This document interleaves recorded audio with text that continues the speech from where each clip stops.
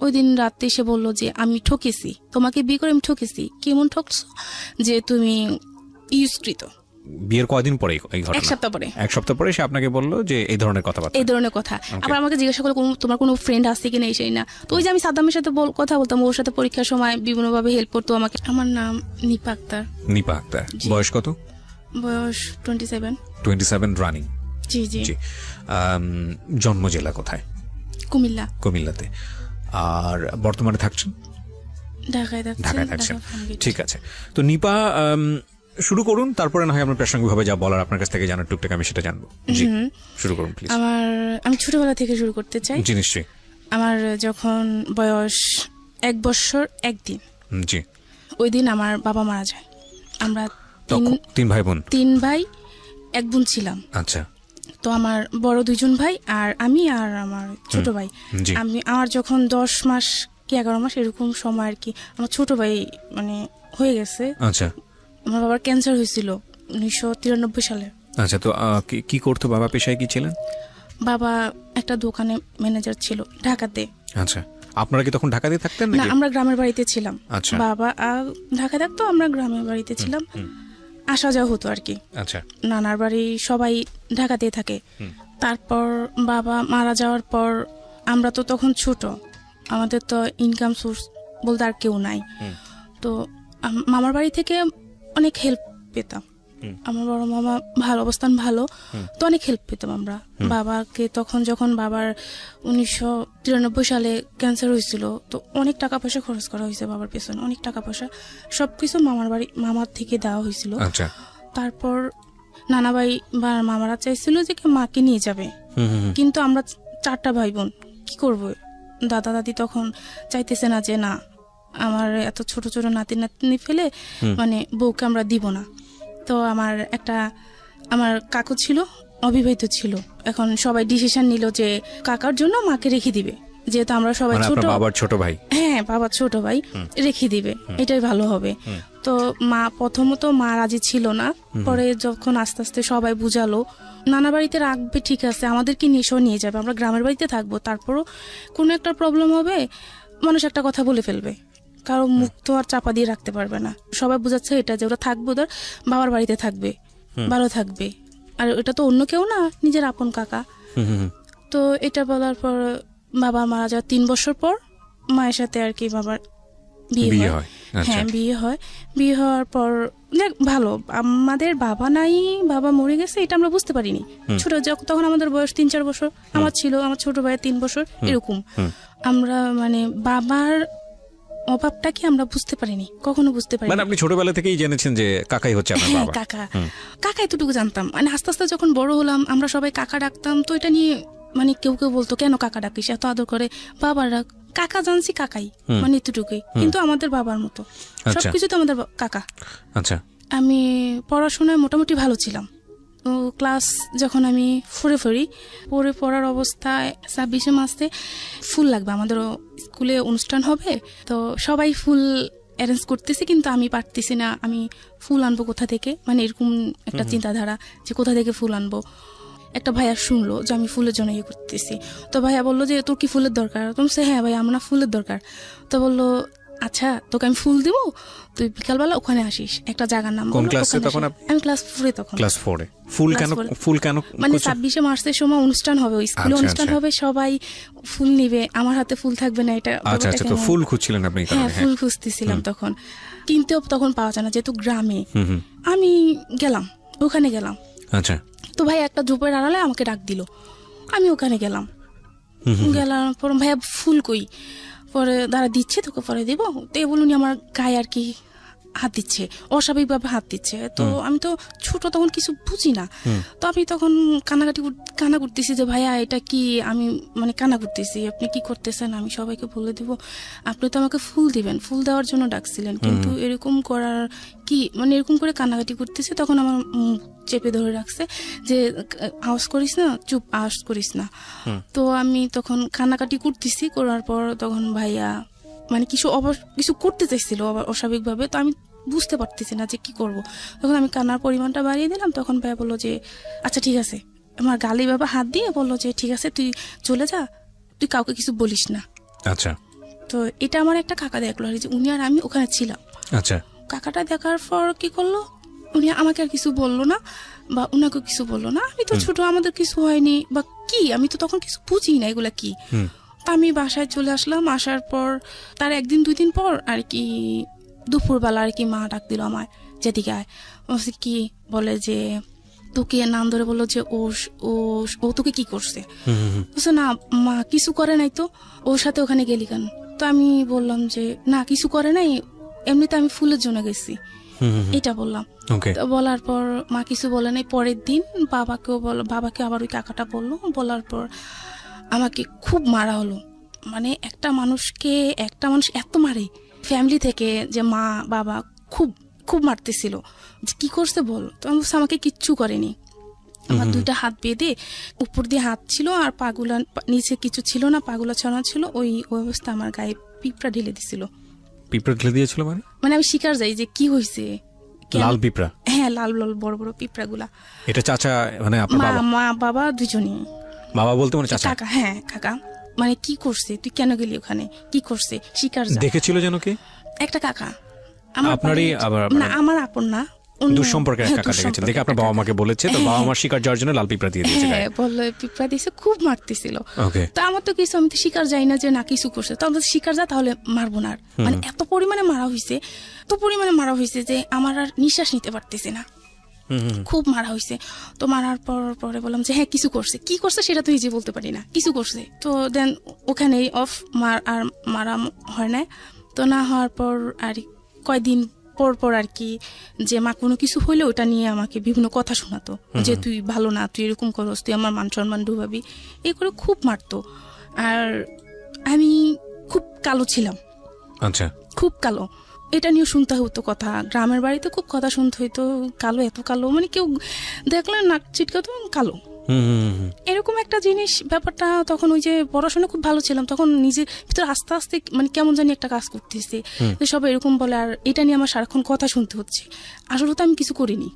যে কোনো সমস্যা হলে মা আমাকে এগুলা নিয়ে কথা শোনাতো, কোথায় যেতে চাইতাম মা দিত, হ্যাঁ এই জন্য যাবি নাকি, মা এটা বলতো। মা এখন বুঝি হয়তো মা শাসন করতেছে, কিন্তু শাসন করাটা এভাবে হয়তো উচিত ছিল না, বুঝাতে পারতো, তো এটা না করে এরকম করতো। তো আমি খুব ডিপ্রেশনে ভুগতেছিলাম, যে কারো কাছে কিছু বলতে পারতাম না, কিন্তু নিজে নিজে একা একা বসে কাঁদতাম। আমার মেজো ভাই ও আবার মাঝে মাঝে বলতো, এই তোর মা কি বলে রে এটা, ও আমার 2 বছরের বড়, তো তখন ও ছোট, মা তোর কি বলে রে এটা, না জানি না মা কি বলে এটা।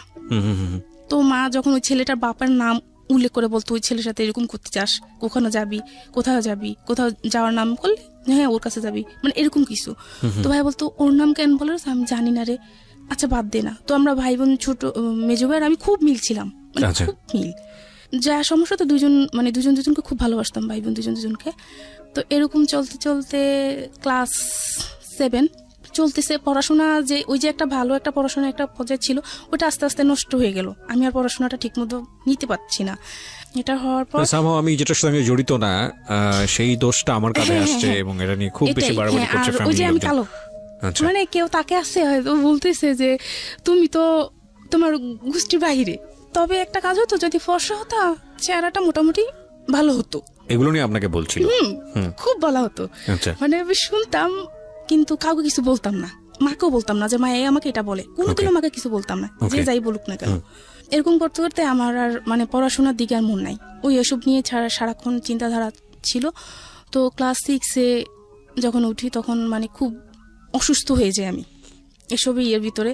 তো ডাক্তার বলতে এই সেই জন্ডিস, এই সেই রোগ, কিন্তু আসলে না, মানে মূলত আমার কি সমস্যা সেটা আমিই বলতে পারবো, যে আমি এগুলো নিয়ে খুব টেনশন করি, যে কি হলো, মানে কেন এরকম হচ্ছে আমার সাথে।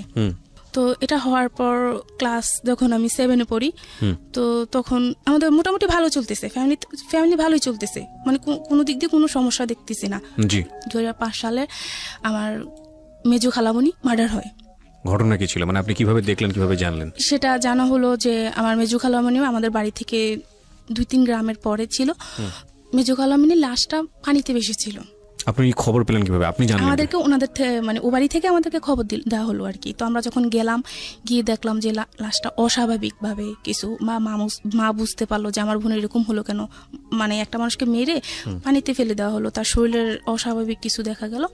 তো মারা যাওয়ার পর মানে এই একটা সমস্যা শুরু হয়ে গেল, আচ্ছা, যে এই একটা আরেকটা জিনিস মানে মাথায় এফেক্ট করলো, যে এরকম একটা কিছু আমাদের লাইফে হয়ে গেল। যে আমার খালামণি খুব ভালো ছিল, আমাদের খুব আদর করতো, ওকে, মাও খুব মানসিকভাবে মানে হয়ে গেল।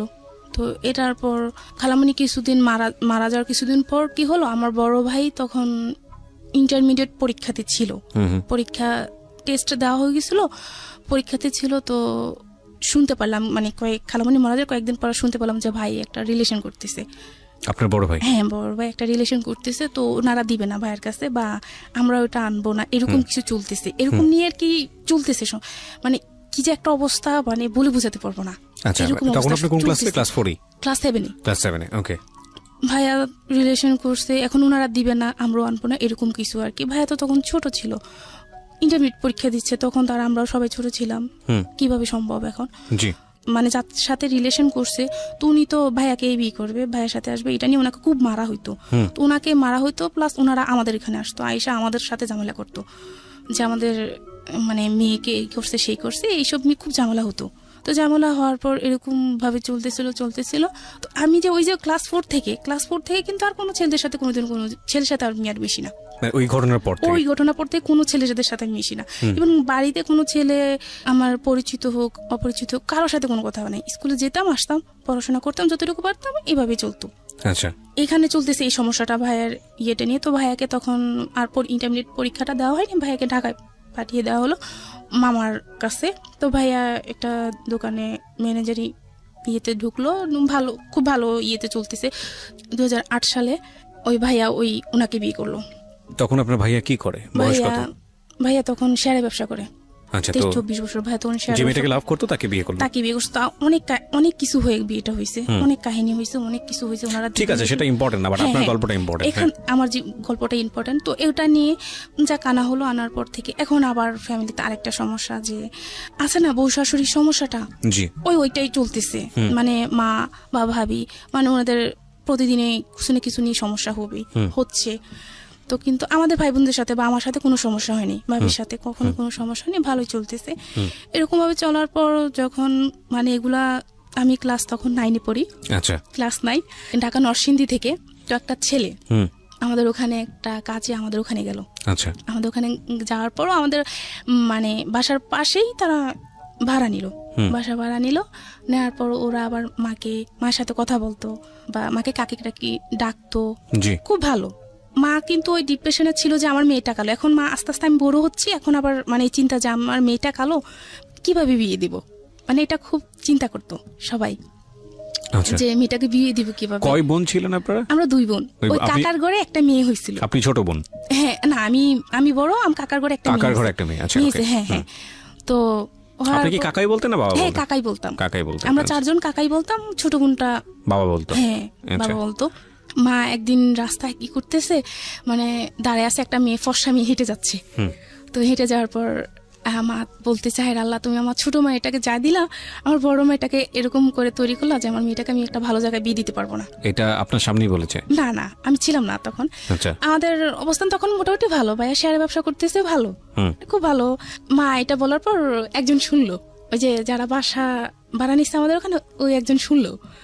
মানে কার কাছ থেকে শুনেছে? মা বলতেছে, এটা ও শুনলো। আচ্ছা, ও হেঁটে যাচ্ছে, মেয়েটাও হেঁটে যাচ্ছে, মা ওই কথাটা তখন বললো, জুড়েই বললো। তো বলার পর আমি তখন স্কুলে ছিলাম। তো শোনার পর ও কি করলো, আমার একটা আপুর সাথে ওর ভালো মানে যোগাযোগ ছিল। তো আপুকে বললো যে এরকম মানে ওকে আমার ভালো লাগে, ওকে বলা নিয়ে আমাকে একদিন খুব মানে করতেছে যে তুই এভাবে মানে জীবন চলে কেমনে, খাওয়া দাওয়া না করলে কেমনে হবে, এরকম ও শুনতেছে। ও শুনলো, শোনার পর আপুকে বললো যে আপু ওকে একটু ডাকেন, আমি ওর সাথে একটু কথা বলবো। আমাকে ডাকা হলো। তো ডাকার পর আমি গেলাম, ওই আপুর ঘরে গেলাম। যাওয়ার পর বললাম যে কেন ডাকছেন আমাকে? তো ডাকার পর বললো যে তুমি বসো, তোমার সাথে একটু কথা আছে। আচ্ছা, বললাম যে কি কথা? বল তুমি বসো। বলো যে ছেলেটার নাম কি ছিল? নাসির। ওকে, হ্যাঁ। তো বলার পর বলো যে তুমি ভাত খাওনি কেন? বলছে না আমার না খেতে ইচ্ছা করতেছে না, আমার ভালো লাগে না, আমার খাইতে ইচ্ছা করে না। তো বললো যে আমার সাথে ভাত খাওয়া। বলছে না আপনার সাথে আমি খাবো কেন, এটা বলে আমি ওখান থেকে চলে আসছি। আচ্ছা। তো উনি আর খায়নি। চলে আসার পর এখন আমি খাইনি, উনিও খায় না, মানে দুজনে না খায় অবস্থা আছে। তখন আপু বললো যে এখন আপুকে বলো, ওকে বলবে না আমাকে একটা চিঠি দিতে, 2009 সাল, তখন ওকে বলবেন একটা চিঠি দিতে, যে চিঠিতে আমি মানে ও আমাকে বলবে যে আমি কেন খাইনি বা ওকে আমাকে খেতে বলতে হবে এরকম কিছু। তো আমি কি বলবো, কেন করবো এটা? যখন আপু এটা বললো আমি তো প্রথম রাজি না, পরে আরেকটা ফুপি ছিল, সে বললো যে বকর না, কি হয়েছে, সমস্যা কি, এটা তার মহাভারত কিছু না, ও চলে গেলে তো তারপরে তার কোনো কিছু না, তার সাথে তার কোনো যোগাযোগ নেই। তো আমি রাজি হলাম, আচ্ছা ঠিক আছে চিঠি লিখবো। এখন চিঠি লিখতে গিয়ে আমি একবার কি চিঠি লিখবো আমি তো বুঝতে পারতেছি না কিভাবে লিখবো। তো একবার চিঠি লিখতে গিয়ে 10টা পেজ নষ্ট করলাম, চিঠি আমার লিখতে পারিনি আমি। অনেক কষ্ট করে চিঠি লিখলাম, লিখে ওনাকে দিলাম যে আপনি কেন খাননি, আপনি নাকি খাননি। আপু বললো আচ্ছা ঠিক আছে আপনি খান, আমিও খাবো। তো এটা বলার পর ও খেলো। এরকম 2-3টা মানে চিঠি দেওয়া হলো আর কি, 3টা। তো আমি আসলে একটাতে লিখলাম যে আচ্ছা আপনি কি চান আমার কাছে, মানে কেন এরকম বলতেছেন। তো বললো যে চোখের ভাষা বুঝে না, সে মনের ভাষা বুঝবে না, তুমি কি আমার চোখ দেখে বুঝতে পারো না যে আমি কি বলতে চাই? না আমি তো কিছু বুঝতে পারিনি। ওইটার বলার পর তার কয়েকদিন পর ওরা চলে আসলো, ওদের কাজটা শেষ, ওরা চলে আসলো। আচ্ছা। তো আমার বাবা তখন ফোন ব্যবহার করতো, আমি বা মা কেউ ব্যবহার করতাম না। তো বাবার ফোন নাম্বার নিয়ে আসা হলো। তো নিয়ে আসার পর ও মাঝে মধ্যে ফোন দিত, আপুর সাথে কথা বলার জন্য ফোন দিত, যে আপুর সাথে কথা বলবো। তো আপুর সাথে কথা বলা তখন তো আমরা আমাকে দিত, তো আপুর সাথে ফোন দিলে বুঝতাম যে আমার সাথে কথা বলবে। এরকম ভাবে তো ওনার কথা আমার খুব ভালো লাগতো, ওনার কথা বুঝানো, খুব সুন্দরভাবে কথা বলতে পারতো, গুছিয়ে কথা বলতে পারতো, সেটা আমি তখন পারতাম না। উনি কথা বলতে পারতো খুব সুন্দরভাবে, তো ওনার সাথে আমি কথা বলতাম, ভালো লাগতো। এরকম করতে করতে এসএসসি পরীক্ষা দিলাম। মানে ওনার সাথে আমার যোগাযোগ হতো এরকম কি 1 মাস 15 দিন 20 দিন এরকম আর কি, এতদিন পর পর আর কি ওনার সাথে আমার যোগাযোগ হতো। তখনও কি মানে ওনার সঙ্গে আপনার কোনো সম্পর্ক তৈরি হয়েছে নাকি জাস্ট এমনিতেই হাই হ্যালো করেন? তখন আর কি সে বললো আর কি এরকম মানে অনেকদিন পার হয়ে যাওয়ার পর আর কি উনি বললো যে আমি তোমাকে বিয়ে করতে চাই, আমি তোমাকে ভালোবাসি। আমিও উচ্ছ্বাস, বয়স তখন ক্লাস 9 থেকে 10 উঠলাম, বা আবেগের বয়স, আমিও ঠিক আছে কথা বলি। আমার কথা ওনার সাথে আমার কথা বলতেই ভালো লাগে। প্রেম ভালোবাসা কি জানি না তখন সেটা বুঝতে পারি, কিন্তু আমার ভালো লাগে, ওনার সাথে কথা বলতে আমার খুব ভালো লাগতো। তো ভালো লাগার পর কথা বলতাম, মাঝে মাঝে এরকম ফোন দিত, কথা বলতাম। উনি তখন বললো জানো তোমাকে কেন এত ভালোবাসি, এরকম এরকম তো আমার মা একদিন এটা বললো। আর আমি তখন মনে মনে এটা চিন্তা করলাম যে আমি যে কাকির মেয়েকে আমি বিয়ে করবো, এবার যা কিছু হোক। এখন ওর চিন্তা আর কি যে আমাকে আসলে আমার ফ্যামিলি দিবে কিনা ওর কাছে, এসে এরকম চিন্তাধারা হইতো, এরকম চিন্তাধারা ভাবনা করতো। করার পর আস্তে ধীরে চলতে চলতে তখন 2010 সাল, আমি তখন ইন্টারমিডিয়েটে পড়াশোনা করতেছি। তো দেখা করতো আসার পর আর কি ওর সাথে এরকম হয়েছে যে ওর সাথে আমি দেখা করব রাতের বেলা, ও আপুর বাসায় আসলো। তো আমি মানে আমি আমার ঘর থেকে বের হলাম, ওর সাথে আমি দেখা করলাম। মানে এরকম হলো যে ওর সাথে আমি দেখা করব, ও আমাকে অনেকদিন পর কাছে পাইছে, ও আমাকে ধরবে, এরকম কিছু চিন্তাধারা ছিল যে আমাকে ধরবে, জড়িয়ে ধরবে, বা আমিও এরকম কিছু। তো ও মানে এরকম করে আবার হাতটা সরাই ফেললো, সরাই ফেলে মানে হাতে ব্যথা পাইছে, তারপর হাতটা সে সরাই ফেললো, যে সে আমাকে কোনোদিনও টাচ করবে না। মানে ওর চিন্তাধারা ছিল যে সে আমাকে কোনোদিনও টাচ করবে না, যা করবে মানে পরে, মানে ওর চিন্তাধারা এরকম ছিল। তো হওয়ার পর ওটা যাওয়ার পর যখন এসএসসি পরীক্ষার পর ইন্টারমিডিয়েটে উঠলাম, তখন আবার কি হলো যে আবারও বললাম যে ওর সাথে আমি দেখা করব, ওর সাথে আমি দেখা করব। তো এখন কিভাবে দেখা করব, দেখা করা তো একটা ব্যাপার আছে, বাড়িতে আসা লাগবে না, এটা মোটামুটি বাড়িতে জেনে গেল, আমার বাড়িতে জেনে গেল। জানার পর আর কি বড় ভাই আর কি আমাকে বললো যে মুনি এটা কি ঠিক। আমি আবার ভাইকে বললাম যে ভাই আমার প্রতি বিশ্বাস রাখতে পারবো না। যখন ভাই একটা সময় আমাকে বুঝালো এরকম কিছু করিস না, ভাইয়া ভুল করছি, কিন্তু তুই করিস না। তো আমি ভাইয়া ঠিক আছে, আমি এসব কোনোদিনই করবো না। যখন ভাই আমাকে বুঝালো তখন ভাইকে আর কিছু বললাম না, চুপচাপ শুনে গেলাম। এখন 2010 সালে ওর সাথে আমার দেখা করতে হবে, যখন ইন্টারমিডিয়েটে পড়তেছি তখন বললাম যে ওর সাথে আমি দেখা করবো। ওকে ফোন দিলাম, তো ফোন দেওয়ার পর একটা জায়গা সিলেক্ট করা হলো যে এখানে দেখা করব। দেখার পর তো ও আমাকে আসার আগে বললো যে আমি তোমাকে দেখা করব, তবে আমি তোমার কাছে একটা জিনিস চাইবো, তুমি কি সেটা দিবা? ও তখন নারায়ণগঞ্জে, কি নাম ছিল ছেলেটার? নাসির। হ্যাঁ, নাসির তখন বললো যে আমি তোমার সাথে দেখা করব, তুমি কি সেটা দিবা? তো বললাম যে কি? তো বললো যে আমি তোমাকে একটা কিস করব। তো আমি তখন বললাম যে তোকে না আমি থাপড়ায় নারায়ণগঞ্জ আবার পাঠাই দেবো, নাসিরকে বললেন? হ্যাঁ, ডাইরেক্ট আমি এটা বলতেছি ওকে।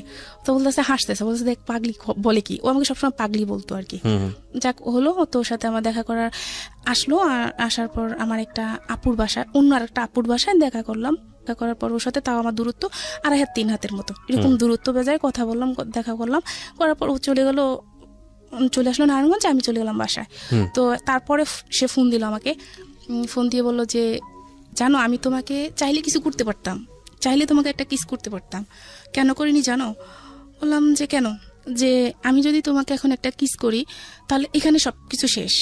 আমি জানি তুমি কেমন ধরে নেবে, এখানে সবকিছু তুমি শেষ করে দিতা, কিন্তু আমি সেটা করিনি। আমার দরকার তোমাকে সারাটা জীবন, আমার সারাটা জীবন ভালোবাসা নিয়ে আমি থাকতে হবে, তোমার ভালোবাসা নিয়ে। তো আমি এই সামান্য কতটুকু একটা কিসের জন্য আমি আমার সারাটা জীবন নষ্ট করতে চাই না, আমার ভালোবাসার মানুষটাকে আমি হারাতে চাই না। ঠিক আছে, আপনাদের মধ্যে ধরনের কিছু কথোপকথন হয়েছে। এটা যখন শুনলাম, এটা শোনার পর আমি তো তখন বললাম যে না, একে ছাড়া যাবে না। মানে সামহাও আপনার তাকে এই ধরনের কথার পরে খুব ভালো লেগে গেল? হ্যাঁ, ভালো লেগে গেল, একে ছাড়া যাবে না।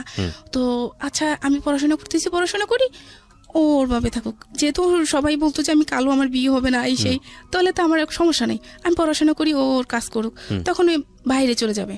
আচ্ছা। তো কলেজে যখন লেখাপড়া করতেছি, সবার একটাই কথা, তুই এত কালো কিছু ব্যবহার করতে পারিস না, কিছু ব্যবহার কর। এখনকার মেয়েরা কত কিছু ব্যবহার করে, কিছু ব্যবহার করে ফর্সা হ, এরকম কিছু বলতেছে। এমন ফ্রেন্ড আছে যে টাকা ধার নিল, তো টাকা ধারের বদলে কি বললো যে আচ্ছা ঠিক আছে টাকাটা পরে দিচ্ছি, এ বলে দোকান থেকে আমাকে ফর্সা হওয়ার ক্রিম দিচ্ছে। জিনিসটা কেমন? আচ্ছা তুই এটার দরকার কি? আমি যেমন তেমনই থাকি না, দরকার কি? এটা করলাম, কয়দিন পর তো আমি আবার যেসো হয়ে যাব, তো দরকার কি? তার থেকে এমনি থাকা ভালো। এরকম করে চলতেছিল। আমি যখন প্রাইভেট ইন্টারমিডিয়েট পরীক্ষাতে ছিলাম, তখন আমি হিসাব বিজ্ঞান প্রাইভেট পড়তাম একটা ম্যামের কাছে। তো আমার হিসাব বিজ্ঞান খুব ভালো ছিলাম, খুব ভালো স্টুডেন্ট ছিলাম, যে কোনো কিছু আমাকে দেখাতো, একটা চ্যাপ্টার একটা কিছু দেখাতো, দ্বিতীয়বার দেখাতে হতো না। তো এভাবে ভালো মোটামুটি ওই যে ক্লাস 4 থেকে ছেলেদের সাথে কথা বলা বন্ধ হয়েছে, এখন আস্তে আস্তে ছেলেদের সাথে মিশতেছি। এবার একজনের সাথে ভালোবাসার সম্পর্ক হোক আর ওদের সাথে ক্লাসমেট হোক, এভাবে চলতেছে, মিশতেছি। মিশার পর ওদের সাথে ভালোভাবে চলতেছি, পড়াশোনা করতেছি। তো মেয়েদের সাথে যাদের সাথে মিশি, একজনকে বলতেছি আর কি যে ও খুব ভালো মেয়ে। আমার একটা ফ্রেন্ড ওর আরেকটা ভাইকে গিয়ে বলতেছে ও খুব ভালো মেয়ে, ওর সাথে নির্দ্বিধা চলা যায়, যে কোনো জায়গাতে খুব ভালো মেয়ে। হ্যাঁ, বলতেছে। তো বললো যে আচ্ছা ঠিক আছে, ও কেমন ভালো মেয়ে দেখবো, তোর ওর নাম্বারটা দিস। এটা বলার পর তো বললো যে তো নাম্বার ইউজ করে না, কোনো নাম্বার ইউজ করে না, ওকে আর ওর নাম্বার দেওয়া যাবে না। তো আচ্ছা ঠিক আছে, ওকে দেখবো, অতটুকু ওখানে অতটুকু। আর যে এই যে এর সাথে যে আমি দেখা করলাম, ইয়ে করলাম, তারপর থেকে ওর সাথে আমি যোগাযোগ বন্ধ করে দিলাম, যে এর সাথে আমি এখন কথা বলবো না। দেখি না ও ভালো কোনো পজিশনে যায় কিনা। ওর মায়ের নাম্বার তো আমার কাছে আসছে, ভালো একটা পজিশনে যখন যাবে তখন আমিও আমার পড়াশোনাটা শেষ করি। সবকিছু মাথা থেকে দূরে ফেলে আমি আমার পড়াশোনাটা করি। আমার খুব ইচ্ছা ছিল যে আমি অ্যাকাউন্টিং এ অনার্স করবো, এরকম ইচ্ছা ছিল। তো তখন আপনি ইন্টারে পড়ি, ইন্টার পরীক্ষার্থী, তখন ইন্টার পরীক্ষার্থী। তো আমার যখন পরীক্ষা চলে আসতেছে, এখন আমার ফোনে দরকার। মেজু ভাইকে বললাম, দেখ ভাই, এখন তো আমার পরীক্ষা চলে আসছে, এখন আমি কি করবো, আমার তো ফোনে দরকার। এখন বলতেছে আচ্ছা ঠিক আছে, আমি ভাইকে বলবো। এদিকে সাংসারিক ভাবে যেটা হচ্ছে যে ভাই বা মায়ের সাথে ভাবির সাথে প্রবলেম চলতেছে অনবরত। এখন যুদ্ধ চলতেছে। এখন সবাই বলতেছে যে এভাবে তো হয় না, মেয়েটাকে বিয়ে দিয়ে দাও, যেহেতু মেয়েটা বড় হয়েছে, মেয়েটাকে বিয়ে দিয়ে দাও। এরকম ভাবে সংসার তো নষ্ট হয়ে যাচ্ছে। এখন 2 দিন পর মেয়েটা দেখতে এমনিতে কালো, তার উপর যদি সমস্যা এরকম, ফ্যামিলিতে এরকম সমস্যা, কেউ ভালো কোনো জায়গা বিয়ে দিতে পারবে, এমনিতে তো ভালো জায়গা বিয়ে দিতে পারবে না, এরকম মানুষ বলে, মুখের উপরে এসব কথা বলে, খুব খারাপ লাগে। তো এসব চলতে ছিল। তো ভাই আমাকে ফোন দিল, যখন মেজো ভাই বললো যে ভাই ওকে ফোন দেন, ওর তো এখন ফোনটা লাগে, যেহেতু সবার সাথে যোগাযোগ করতে হবে, পরীক্ষা চলে আসছে। তো এটা বলছে, ভাইয়া ফোন দিছিল আমাকে। ফোন দেওয়ার পর ওই যে আমার যে ফ্রেন্ড বললো যে আমার নাম্বার দেওয়ার জন্য, ওকে আমার ওই মেয়ে বন্ধুটা ওকে নাম্বার দিল। দেওয়ার পর ফোন না 2-3 দিন পর নাম্বার দিল, ও আমাকে ফোন দিচ্ছে, SMS দিচ্ছে। তো আমি তো ফোন পিক করতেছি না, বা SMS কে আপনি, SMS এ বলতেছি আপনি কে, কেন আমাকে ডিস্টার্ব করতেছেন, এই সেই, এরকম চলতেছে। ও অন্য জায়গার পরিচয় দেয়। দেওয়ার পর নাম্বারে ফোন দিল। আমি আমার ক্লাসমেটই, ওই ছেলেটা আমারই ক্লাসমেট। আমি ওকে দেখিও না, চিনিও না কোনোদিনও। আচ্ছা, কিন্তু ও ওই নাম্বারটা নিয়েছে। হ্যাঁ, ওর একটা বোন থেকে আর কি, ও আমাদের সাথে পড়তো। তো নেওয়ার পর আপনার নাসিরের সঙ্গে যোগাযোগ অফ? হ্যাঁ, ওর সাথে আমার যোগাযোগ সম্পূর্ণ অফ। দেওয়ার পর ফোন দেওয়ার পর এরকম করতেছে, মা শুনলো, আমি যখন বললাম যে আপনি আমাকে ফোন দিন না, আমার প্রবলেম হবে এসে, তখন মা শুনলো। মা তো শোনার পর আমার সাথে খুব মানে রাগারাগি করতেছে। তো রাগারাগি করার পর আমি কি করলাম, মাকে ভাইয়াকে, বড় ভাইয়া তখন বাড়িতে ছিল, ভাইয়াকে ফোনটা দিয়ে দিলাম যে ভাইয়া ধরেন কে ফোন দিচ্ছে, আমি চিনি না ওকে, আপনি কথা বলে দেখেন। তখন ভাইয়া কথা বললো, বলে যে ভাইয়া আসলে আমি ওর ক্লাসমেট, ও আমাকে কখনো দেখেনি, ওর সম্পর্কে আমি অনেক জানছি, জানার পর আমার ভালো লাগলো, এই জন্য ওর সাথে আমি একটু কথা বলতে চাইছি, আর ওর সাথে আমি ফ্রেন্ডলি কথা বলবো, আমি কথা দিচ্ছি ওর সাথে আমি ফ্রেন্ডলি কথা বলবো। তো হ্যাঁ বললো আচ্ছা ঠিক আছে। যখন আমার ক্লাসমেটে এরকম কথা বলে আমার ভাইয়ের কাছে, যে খুব ভালো মেয়ে ভাইয়া, ওর সাথে আমি কথা বলবো, তখন ভাইয়া বললো যে আচ্ছা ঠিক আছে। তো ভাইয়া আয়শা বললো যে তুই কথা বলিস ওর সাথে, তোরই ক্লাসমেট। ও তখন ওর সাথে কথা বলতে লাগলাম, মাঝে মধ্যে কথা বলতো, ফোন দিত। তো ও তখন মানে ওর সম্পর্ক ছিল, তো বলতো আমাকে যে বাবার সম্পর্কে আমাকে বলতো, মানে ওর প্রেমের একটা সম্পর্ক ছিল অন্য একটা মেয়ের সাথে। ছেলেটার নাম কি ছিল? সাদ্দাম। সাদ্দামের সঙ্গে আপনি কথা বলতেন, আপনার ক্লাসমেট সে? হ্যাঁ হ্যাঁ। ওর আবার অন্য একটা মেয়ের সঙ্গে সম্পর্ক? হ্যাঁ, সেটা আপনাকে বলতো? হ্যাঁ আমাকে বলতো। আচ্ছা।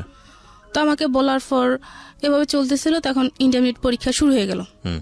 আমি যখন আবার মানে প্রাইভেট পড়তাম না, তখন আবার মানে ক্লাসমেট একজনকে জিজ্ঞাসা করে না যে তুই ইন্টারমিডিয়েটের পরে কোথায় অ্যাডমিশন নিবি, একজনকে বলে না। তো আমি তখন বলতাম যে আমি কুমিল্লাতে বা ঢাকাতে অন্য কোনো জায়গায় পড়াশোনা করবো, অ্যাটলিস্ট এখানে পড়াশোনা করবো না, কুমিল্লা ভালো কোনো কাম দিলাম, একটা হাসি দিলাম, মানে ওটাই, অতটুকুই চলে আসলাম।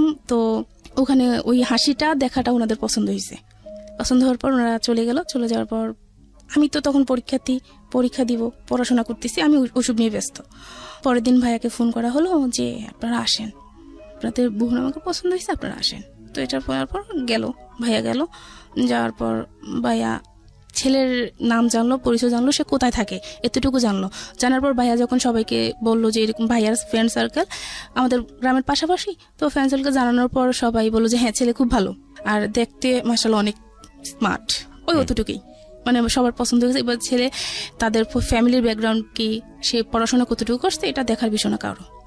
ছেলে দেখতে ভালো। আর মামাকে, আমার বড় মামাকে জানানো হলো। তো আমার বড় মামা তো আমাদের ফ্যামিলি সবকিছু, আমাদের এই যে ফ্যামিলিতে যত কিছু হোক, বড় মামা আমাদের অনেক হেল্প করছে। আমাদের এখানে এতটুকু আজকে এখানে আসার পেছনে তো বড় মামা, এরকম আর কি। মামাকে বললো, মামাও বললো না ছেলে খুব ভালো, মানে মা বলছে কোনো সমস্যা নেই, রাজি হয়ে যা। তো সবার চিন্তাধারা এটা ছিল বাড়িতে কি আছে না আছে সেটা দেখার বিষয় না, বিয়ের পর তুমি কে ঢাকা রাখবে। রাজি হয়ে গেল সবাই। তো ভাই দেখে আসলো। পরের দিন আমি আমার ইকোনমিক্স পরীক্ষা চলতেছিলাম, পরীক্ষার জন্য আমি মানে প্রস্তুতি নিতেছি যে আমি পরীক্ষা দিতে যাব। তখন ভাইয়া বললো যে মেহমান আসবে, পরে যাস। তখন বিকালবেলা পরীক্ষা ছিল আমার, যে মেহমান আসবে পরে যাস। তো কি মেহমান আসবে? পরে বললো যে পরে মা বললো তোকে দেখতে আসবে, ভাবি বললো দেখতে আসবে, পরে যাস। তো আচ্ছা ঠিক আছে। তো ওনারা আসলো, ওনাদের সামনে নেওয়া হলো। ওনারা দেখলো আমাকে, শাড়ি পরিয়ে দেখলো, থ্রি পিস খুলে দেখলো, মানে যে থ্রি পিস পরিয়ে দেখলো, যেভাবে ইচ্ছা ওনারা দেখলো, আমাকে হাঁটালো, কথা বললো, ওনাদের সাথে খাওয়ালো, সবকিছু হলো। হওয়ার পর আমি পরীক্ষা দিতে চলে গেলাম, আর এদিক দিয়ে ওনারা থেকে গেল আমাদের বাসায়। থাকার পর ওনারা কথা টথা সবকিছু ফাইনাল করলো। দিনটা ছিল সোমবার, যে বুধবার দিন ছেলে আসবে, মেয়ে যেহেতু এখন পরীক্ষা, তো কাবিনটা হয়ে যাবে। তারপর যার বাড়ি শেষে এতটুকু পরীক্ষার পর আর কি আমরা অনুষ্ঠান করব, অনুষ্ঠান করে আমরা বউ নিব, অতটুকু কথা শেষ। আমি বাড়িতে আসলাম। আপনি তো বুঝতে পারছিলেন যে আপনার বিয়েটা হয়ে যাচ্ছে? না, তখনও জানি না, মানে এত কিছু হচ্ছে, আপনি বাড়ির ছেলের সামনে যাচ্ছেন, হাসি দিয়ে চলে আসতেছেন, এটা তো বোঝাই যাচ্ছে যে কিছু একটা হচ্ছে। না, আমি তখন বুঝতে পারি না যে বিয়ে হবে আমার, মানে ওই তারপর মূলত ওই আপনার মা যে আপনার ফোনে একটা কনভারসেশন শুনেছিল যে আপনি ফোন দিয়েন না, আমার বাসায় ডিস্টার্ব হবে, এরপর থেকে আপনার ফ্যামিলি অনেক সিরিয়াস হয়ে গেছে, যেভাবে হোক। এটা না। তাহলে ওই যে আমি নাসিরের সাথে দেখা করছি, ওটা শোনার 15 দিন পরে এই ঘটনাগুলো হচ্ছে। আচ্ছা, তার মানে এই ঘটনার প্রেক্ষিতেই আপনার ফ্যামিলি চিন্তা করেছে বিয়ে সাথে দিয়ে দিই, তারপরে যা হওয়ার হবে। হ্যাঁ, আর ফ্যামিলি তো যে দুর্যোগ চলতেছে, বর্ষাশুরি যুদ্ধ, বুঝতে পেরেছি। বলেন এইসব নিয়ে তো মানে মেয়েটাকে বিয়ে দিয়ে দিলে ভালো হবে, এরপরে ছোট একটা মেয়ে আছে, ওটাকে পরে দেখা যাবে, এরকম কিছু আর কি। তখন আমি কলেজ থেকে আসলাম, পরীক্ষা দিয়ে আসার পর আর কি শুনলাম যে আমার বিয়ে ঠিক হয়েছে, বুধবার দিন বিয়ে হবে। আচ্ছা, মানে তখন তো আমি মানে কি করব বুঝতে পারতেছি না, যে হঠাৎ করে এটা কি, আর ওটা তো বলতে পারতেছি না। এখন তো বুঝতে পারলাম ওটা শোনার পরে এরকম হলো, আর ওটা কাউকে কিছু বলতে পারতেছি না, মেনে নিলাম, যা কপালে যা আছে তাই হবে, আর কোনো সিনক্রেট করিনি। না করার পর তখন কি হলো, বুধবারে ওরা আসলো। এখন আসার পর আর কি ওরা দেখলো, এখন আবার দেখবে, বিয়ে হবে আগে দেখবে, ছেলে দেখবে। তারা কিন্তু ছেলে দেখে নাই, ওর মা আর ওর বোন, ওর ভাই দেখলো আমাকে, কিন্তু ও দেখলো না। এখন ও আসলো, ও দেখলো। আপনি ছেলে দেখেছেন ওই সময়টাতে? না, আপনি না, ওকে আমি তখনও দেখিনি। আচ্ছা, দেখলো, দেখার পর বললো যে আচ্ছা আমার তো মেয়ে পছন্দ হয়েছে, আজকে ওর সবকিছু থাকুক। মানে আমাদের ভালো একটা আয়োজন করা হয়েছে, সবাই জানলো যে মানে ওর বিয়ে, নিপার বিয়ে, সবাই জানে এটা। সবাইকে মোটামুটি দাওয়াত দেওয়া হয়েছে, ছোটখাটো অনুষ্ঠান যাকে বলা হয় আর কি, মোটামুটি সবাই জানলো যে আমার বিয়ে আজকে।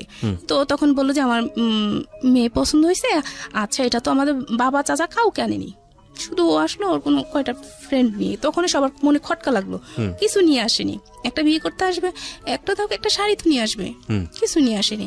তো তখন সবার মনে একটা খটকা লাগলো। লাগার পর আর কি ওর যেটা হলো যে আমাকে ওর পছন্দ হয়নি। মানে বুঝলাম না ঠিক, আপনাকে দেখে পছন্দই করলো, আবার পছন্দ হয়নি বলতে? মানে ওর ফ্যামিলি পছন্দ করলো, ও এটা বললো আর কি, মিথ্যা বললো। আমার মেয়ে পছন্দ হচ্ছে, আমি আগামীকাল আমার বাবাকে পাঠাবো, আমার কাকাকে পাঠাবো, পাঠিয়ে তারপর মানে বিয়ে ডেট ফিক্সড করবো। আচ্ছা, এটা বলে ও চলে গেল। এখন তো সবাই মোটামুটি বুঝতে পারলো যে কিছু একটা সমস্যা। পর ও ফোন দিয়ে বললো যে এরকম এরকম, এখন না বিয়েটা পরে, ওকে টেনশন করতে বলেন না, ওকে পড়াশোনা করতে বলেন। তো ওকে বিভিন্ন জন ভাইয়ের বিভিন্ন ফ্রেন্ড সার্কেলে এসে মানে বিভিন্ন মানুষ বুঝালো, বা ওদের বাড়ি থেকে যখন ওদের বাড়িতে গেলাম তখন শুনতে পেলাম আর কি, আমার শাশুড়ি টাশুড়ি সবাই বুঝালো যে মেয়েটা ভালো, দেখ কিচ্ছু হবে না, বিয়ে কর, কি হয়েছে, কালো হয়েছে, তাতে কি, কিছু হবে না।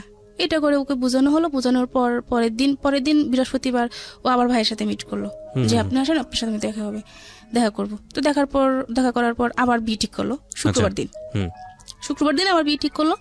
এখন তার কিছু করা নাই, তখন ডিসিশন নিলাম যে আর মানে বিয়ে কারোর সামনে যাব না, পড়াশোনা করব। মাকে বলে দিলাম কারোর সামনে আমাকে নিবেন না, এটা খারাপ, জিনিসটা যে কত খারাপ হয়েছে মানে মাকে বললাম যে বুঝতে পারছেন যে আমার বিয়ে ঠিক হয়েছে, বিয়েটা ভেঙে গেছে, গ্রামের বাড়িতে এই জিনিসটা অনেক খারাপ জিনিস, তো আমার আর দরকার নেই, আমি আর বিয়ে করবো না, আমি পড়াশোনা করবো। যখন আবার বিয়েটা ঠিক হলো, দ্বিতীয়বার আমি কিছু বলতে পারলাম না, চুপচাপ বিয়েটা করে ফেললাম। শুক্রবার দিন বিয়েটা হয়ে গেল। দ্বিতীয়বার বিয়ে ঠিক হয়েছে কিভাবে? মানে একজনের সাথে ফার্স্টের দিন বুধবার দিন বিয়ে হওয়ার কথা ছিল কিন্তু হয়নি। আবার শুক্রবার দিন ও নিজেই ঠিক করলো ভাইয়ের সাথে এসে যে আচ্ছা ঠিক আছে আমরা আগামীকাল যাব, বিয়ে হবে। মানে ছেলেটা আবার রাজি হয়েছে? হ্যাঁ, আবার রাজি হলো। ওকে বিভিন্ন সবাই নাকি নাম কি ছিল? ওর নাম ছিল ফাহিম। হ্যাঁ, ওকে। বিয়ে হওয়ার পর যখন আমাকে আর ওদের বাড়িতে না হয় না, আমাদের বাড়িতে রাখলো, যেহেতু পরীক্ষা। তো ওকে আর আমাকে একটা ঘরে দেওয়া হলো। দেওয়ার পর ওকে আমি দেখলাম, ওকে দেখার পর তো আমি মানে পুরো প্রেমে পড়ে গেলাম। আসলে অনেক সুন্দর ছিল, মানে ও হিসাবে আমি কিছুই না, মানে এতটা সুন্দর ছিল। কথা বলতেছে তো একটা জিনিস খেয়াল করলাম যে সে আমার দিকে একটাবারও তাকায়নি। আচ্ছা, তখন অনেকটা খারাপ লাগলো যে সে আমার দিকে একটাবারও তাকায়নি। একটা মেয়ের কত চিন্তাধারা থাকে, একটা মেয়ে না সবাই একটা চিন্তাধারা থাকে যে বিয়ের পর বাসরঘরটা হবে অন্যরকম চিন্তাধারা থাকে। তো আমি দেখলাম যে আমার হাজবেন্ড আমার দিকে একবারও তাকায়নি আমার দিকে। না তাকানোর ফলে আমি আর কিছু বলিনি। ও কথা বলতেছে, বুঝাচ্ছে যে বিয়ে মানে কি, এই সেই একটা বিয়ে সম্পর্কে বিভিন্ন ধরনের কথা বোঝাচ্ছে, কিন্তু ও আমার দিকে শুধু চোখ বন্ধ করে কথা বলতেছে, একটাবারও আমার দিকে তাকায়নি। আচ্ছা, না তাকানোর পরে তো রাতে মানে যখন ঘুমাতে গেলাম, আমি ওর হাতের বাম পাশে ছিলাম। তো রাতে খেয়াল করলাম যে ও আমার বাম পাশ থেকে ডান মানে আমার ও পাশ হলো গিয়ে মানে সিগারেট বাসরাতে। তো এটা দেখার পর তো পুরো আমি শকড যে বিয়ের রাতে হাজবেন্ড একটা বার আমার দিকে তাকালো না, এখন সে সিগারেট খাচ্ছে, মানে জিনিসটা কেমন? এরকম রাত্রে দুইটা খেলো। তো খাওয়ার পর খুব খারাপ লাগলো যে আল্লাহ জানি কপালে কি আছে। তারপর আর কাউকে কিছু বলিনি। বলার পর পরের দিন ও আমাদের বাড়িতে ছিল, থাকার পর ওর একটা ফ্রেন্ড নাকি আমাদের বাড়িতে আসতে চাইছিল যে তো শ্বশুর বাড়িতে যাবো। তো বললো যে আমার শ্বশুর বাড়িতে যাবি কি, আমার নিজেরও তো মন ঠিক না, আমার নিজেরও তো বউ পছন্দ হয়নি। সেটা তার ফ্রেন্ডকে বললো, এটা সে আমাকে বললো। তো আমাকে বলার পর আমি আড়ালে দাঁড়ায় কান্না করতেছি যে কি হলো কপালে। তো কান্না করতেছি, ভাবি দেখলো কি হলো, ভাবি এরকম উনি এই কথা বলে। তো ভাবি ওকে খুব বুঝালো যে ভাই হ্যাঁ বলতে পারবেন মেয়েটা কালো, কিন্তু মানে ওর মতো মানুষ হয় না, সারাটা দিন বলে যেতে পারবেন কিন্তু কোনো প্রত্যুত্তর করবে না, খুব ধৈর্যশীল একটা মেয়ে, ওকে আপনি কখনো কষ্ট দিন না। তখন অতটুকু তো ভালোই চলতেছিল, ফোনে কথা বলতাম। ও 3 দিন থেকে চলে আসলো ঢাকায়, ওর সাথে ভালোই ফোনে কথাবার্তা ভালোই চলতো, খুব ফোন অনেক কথা চলতো, অনেক কথা হতো। তো ওকে বিভিন্ন কথার মাধ্যমে বুঝাতাম যে শুনো, বাবা মার পছন্দে বিয়ে করছে, কিন্তু এমন আচরণ তাদের সাথে করবে না যাতে তারা কষ্ট পায়। ভাই বোনের সাথে সবসময় ভালো করবা, আগে যে যতটা ভালো করছো তার থেকে বেশি ভালো করবা। তো ওর কথা বলতো, তোমার এই কথাগুলো খুব ভালো লাগে আমার, তো এই কথাগুলো আমার খুব ভালো লাগে। এটা হওয়ার পর যখন যখন বিয়ের 1 সপ্তাহ হলো, আগে শুক্রবার বিয়ে হলো, পরের বৃহস্পতিবার আর কি আমি ঘুমাচ্ছি, ও অনেকবার ফোন দিচ্ছে আমার ফোনে, কিন্তু আমি এত ঘুম যাচ্ছে যে আমি ফোনটা রিসিভ করতে পারতেছি না। ও 26 বার আমাকে ফোন দিল। ফোন দেওয়ার পর আমি ফোন রিসিভ করলাম, রিসিভ করার পর চুপ করেছিল অনেকক্ষণ। তো আমি বললাম যে সরি, আমি না ঘুমিয়ে পড়ছি, ওই দিন পরীক্ষা ছিল একটা, পরীক্ষা দিয়ে আসে আমি ঘুমিয়ে পড়ছি, সরি আমাকে ক্ষমা করে দাও, আমি ফোনটা রিসিভ করতে পারি না। ওই দিন রাতে এসে বললো যে আমি ঠকেছি, তোমাকে বিয়ে করে আমি ঠকেছি। কেমন ঠকছো? যে তুমি ইউজকৃত। বিয়ের কয়দিন পরে এই ঘটনা? 1 সপ্তাহ পরে। 1 সপ্তাহ পরে সে আপনাকে বললো যে এই ধরনের কথাবার্তা, এই ধরনের কথা। আবার আমাকে জিজ্ঞাসা করলো তোমার কোনো ফ্রেন্ড আছে কিনা, এই সেই না। তো ওই যে আমি সাদ্দামের সাথে কথা বলতাম, ওর সাথে পরীক্ষার সময় বিভিন্নভাবে হেল্প করতো আমাকে, বা আমি আমার জানা যে প্রশ্নটা সেটা হচ্ছে যে এটা খুব সেন্সিটিভ একটা বিষয়, তারপর আমি করছি আপনাকে এই প্রশ্নটা, এই কথাটা সে কেন বললো আপনার কি জানা আছে? কারণ আপনি যেটা স্বীকারোক্তি দিয়েছেন এখানে, আমি জানি না, তাতে তো আপনার এই ধরনের কোনো ঘটনাই ঘটেনি। না, আমার জীবনে এরকম কোনো ঘটনা ঘটেনি। মোটামুটি ভালো ছিলাম, মানে স্বাস্থ্য ভালো ছিল, তো সেই ক্ষেত্রে তার এরকম চিন্তাধারা ছিল।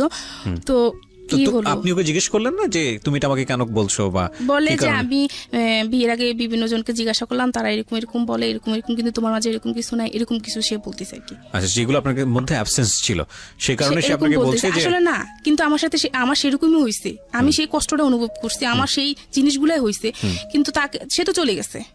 কষ্টটা আমি পাইছি, পরে বুঝতে পারতেছি আমার কতটুকু কষ্ট হয় সেটা আমি বুঝতে পারছি। সে তো চলে গেল পরের দিন সকালবেলা। আমি তো সামহাউ সে আপনার মুভমেন্ট বা সবকিছু মিলিয়ে সে যেটা গেস করেছে যে আপনার বিয়ের আগে অন্য কারোর সঙ্গে সম্পর্ক ছিল, শারীরিক সম্পর্ক ছিল, সেটা একটা বিষয়। খুব সামাজিকতার জায়গা থেকে আমরা এই বিষয়গুলো নিয়ে কথা বলি না, আমাদের সমাজে এগুলো এক ধরনের ট্যাবু মনে করা হয়। কিন্তু একটা মেয়ের সংসার জীবন শেষ হয়ে যাওয়ার জন্য ভয়ঙ্কর রকম ভাবে এটা কিন্তু খুব সেন্সিটিভ একটা বিষয়। আপনারা আপনাদের জায়গা থেকে বিষয়টাকে বোঝার চেষ্টা করবেন। আমি জানি যে আজকে যারা জীবন গল্প শুনছেন তারা প্রত্যেকেই নিজের জায়গাটা থেকে আজকের এই ঘটনাগুলোকে হয়তো নিজের জীবনের সাথে রিলেট করতে পারবেন। তারপর কি হলো, ও আমাকে এগুলো যখন বললো তখন আমি খুব কান্নাকাটি করলাম যে শুনো, এরকম কিছুই না, তুমি একটাবার বিশ্বাস করো আমাকে, বলছে তোমাকে আমি জীবনে বিশ্বাস করবো না। এগুলো বলার পর কি হলো, আমার পরীক্ষা শেষ হয়ে গেল। পরীক্ষা শেষ হওয়ার পর ওই যে ওর সাথে আমার চলতেছে, কথাবার্তা চলতেছে, মাঝে মাঝে ঝগড়া হচ্ছে, আর ফ্যামিলিতে ওর ফ্যামিলিতে খুব রাগ ভিড় করতেছে যে এরকম একটা মেয়ে আমার জন্য আনছেন, এত কালো মেয়ে, আমি সমাজে যেতে পারবো না, এই না সেটা খুব তাদেরকেও প্রেসারে রাখতো, আমাকেও রাখতো। ঝগড়া আমার সাথেও করতো, তাদের সাথেও করতো। এরকম করতে করতে পরে আমার পরীক্ষা শেষ হওয়ার পর এখন অনুষ্ঠান হবে, তো বললো যে আর কয়দিন পরে যাই। আমি বলি যে কয়দিন বাড়িতে থেকে কি করবো, শ্বশুর বাড়ি থেকে কেউ আসা হুট করে নিয়ে যাবে, কিন্তু কোনো অনুষ্ঠান হবে না, এটা কোনো কথা হলো? আমার বিয়ে হলো, কিছু হবে না, এটা কি কেমন না? আমি ফ্যামিলিতে বড় মেয়ে, তো তার থেকে বলে আমি ঢাকা চলে যাই। আচ্ছা, মামার বাসায় গিয়ে বেড়াই, ওখানে চলে যাই। ওখানে গেলাম, ঢাকা চলে আসলাম। আসার পর ও আর মামার বাসা পাশাপাশি, যেতাম ওর কাছে, মানে এরকম হতো, তারপরও যেতাম ওর সাথে। আমার সাথে এমনিতে সবকিছু চলতেছে, কিন্তু এগুলো সে বলে যাবেই। আচ্ছা, বিভিন্ন কলেজের নাম ধরে বলতো যে এইসব মেয়েরা যে খারাপ তুমি জানো? না, আমি কিভাবে জানবো? বলতো, মানে ও বিভিন্ন বিকৃত ভাবে কথা বলতো।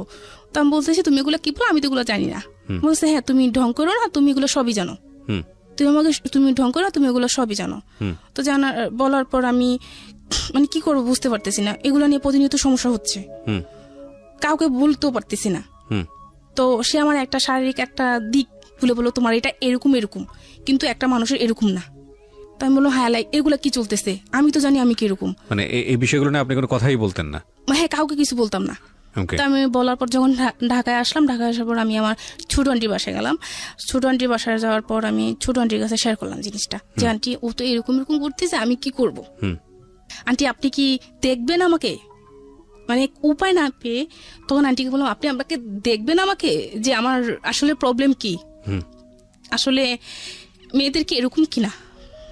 ইটস ভেরি ডিফিকাল্ট একটা সিচুয়েশন প্রত্যেকটা মেয়ের জীবনেই। এগুলো নিয়ে মানুষের মধ্যে কথা বলাটাও খুব ডিফিকাল্ট এবং খুব ভয়ঙ্কর রকমের মানে সাংসারিক অবস্থা দাঁড়ায় এই সিচুয়েশনগুলোর ক্ষেত্রে। যাই হোক, এই মেয়েটির ক্ষেত্রে কি হয়েছে আমরা জানি না। তারপরে কি হলো? তখন আন্টিকে আমি সবকিছু খুলে দেখালাম, যে আন্টি দেখেন যে আমি আসলে ভালো কিনা, আমি আসলে সত্যি ভালো মেয়ে কিনা, আমার সাথে তো এরকম কিছু হয়নি।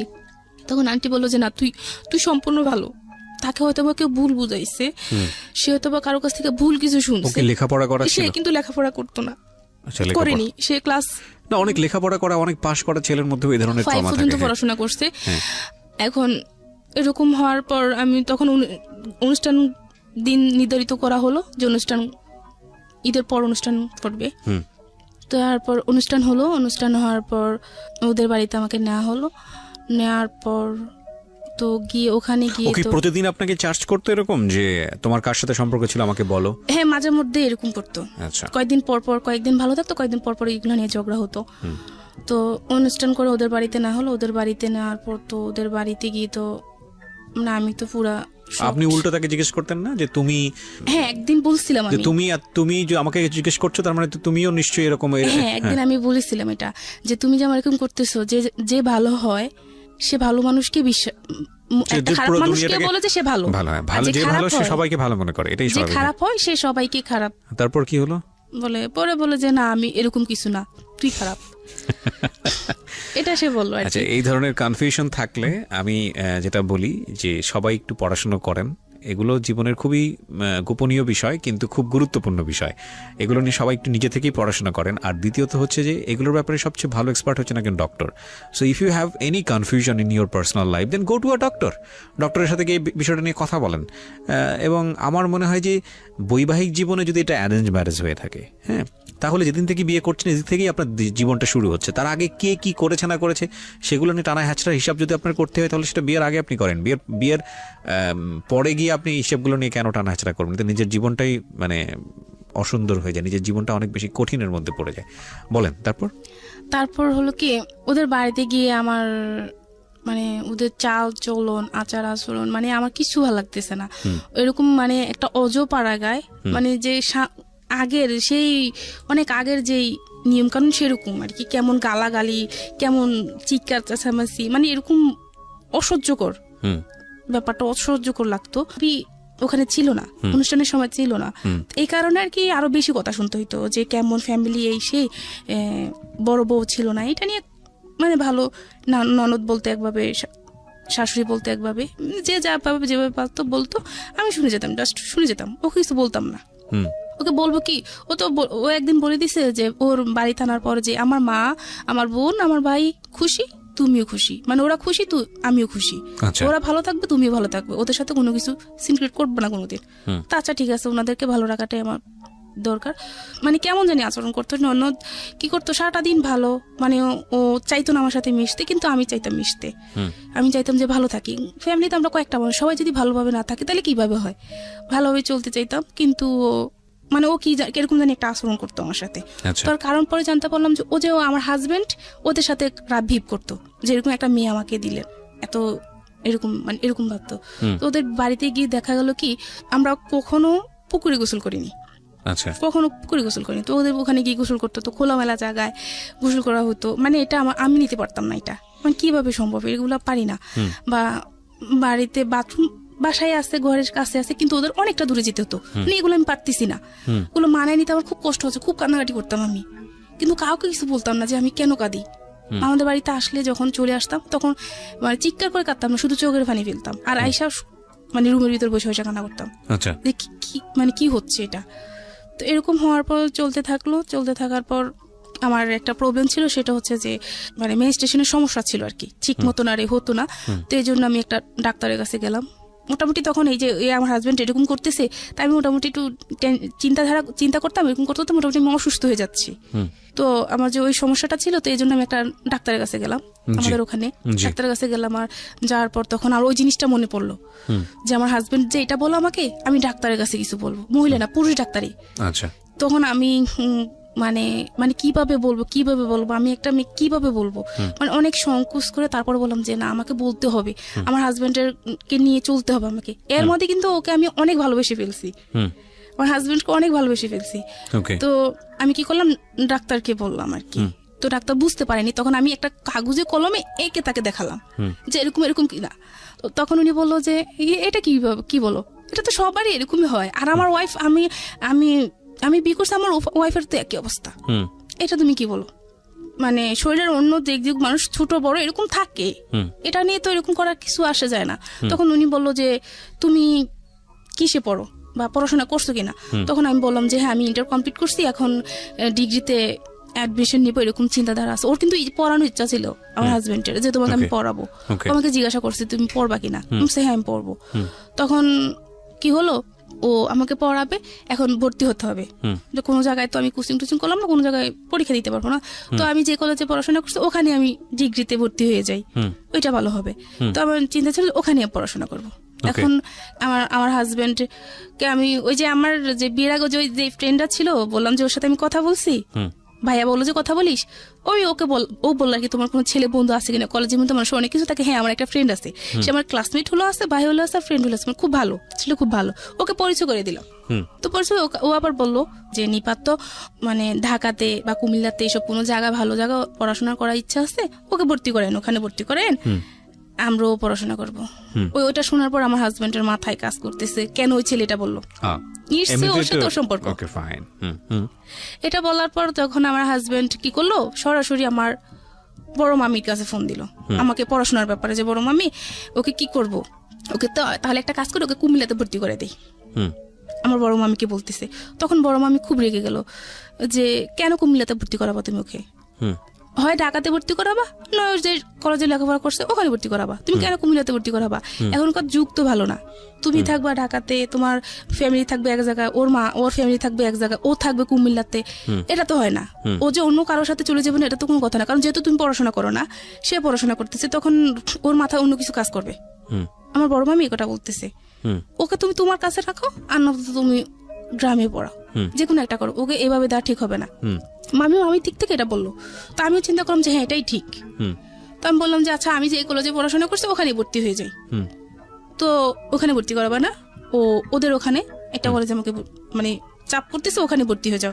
বাবাকে বললো যে দেখেন ও আমার বাড়িতে থাকতে হবে, আমি যে ওকে এখন ঢাকা আনতে পারবো না, আমার একটু প্রবলেম, তো একটা কাজ করেন, ওকে বলেন যে আমাদের ওখানে ভর্তি হইতে, সমস্যা কি, পড়াশোনা করলে কিছু সার্টিফিকেট তো একই। মানে এত কিছু চিন্তা করি না, ও যা বললো তার কথাই ঠিক আছে, ভর্তি হয়ে গেলাম। ওখানে ভর্তি হয়ে গেলাম, ডিগ্রিটা অ্যাডমিশন নেওয়ার পর অতটুকু ভর্তি হওয়ার ডেট আমার যতটুকু ছিল তার আগে আমাকে ভর্তি করে দিয়েছে, যাতে আমি অন্য কোথাও ভর্তি না হতে পারি, মন মানসিকতা আমাদের চেঞ্জ না হয়। ওদের বাড়িতে আনার কিছুদিন পর আমাকে ভর্তি করা হয়। পড়াশোনা যখন আমি ভর্তি হয়ে গেলাম তখন ওই ইয়েকে বললাম, আমি ওই ডাক্তারকে আমি তখন বলতেছি, ডাক্তার বলো যে তুমি কিসে পড়ো, তখন এখান থেকে আমি ইন্টারমিডিয়েট কমপ্লিট করে আমি ওখানে ভর্তি হলাম। তো বলো তুমি তোমার হাজবেন্ড কতটুকু পড়াশোনা করছে, তা আমি আসলে বলতে পারবো না, আমি আদৌ বলতে পারবো না সে কিসে পর্যন্ত পড়াশোনা করছে। একবার শুনি 10, একবার শুনি 5, একবার শুনি 8, এরকমই শুনে আসলাম।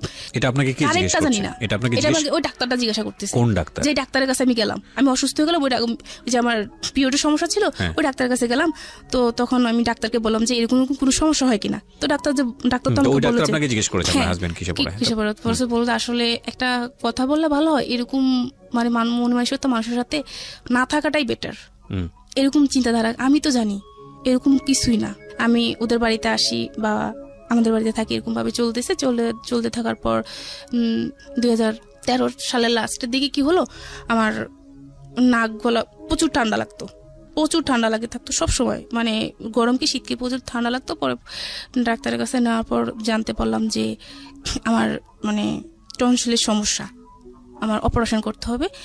এটা জানার পর আমার একটু মানে ভয় পাইতেছে, অপারেশন করতে হবে, এটা নিয়ে আমি খুব একটু কান্নাকাটি করলাম। ও তখন বুঝালো, মানে ও কিন্তু এখন আমাকে সাপোর্ট করতেছে, সম্পর্ক কিন্তু ভালোই মানে চলতেছে, কিন্তু ওইগুলো কথাগুলো কিন্তু চলতেছে, কিন্তু সম্পর্ক ভালো চলতেছে।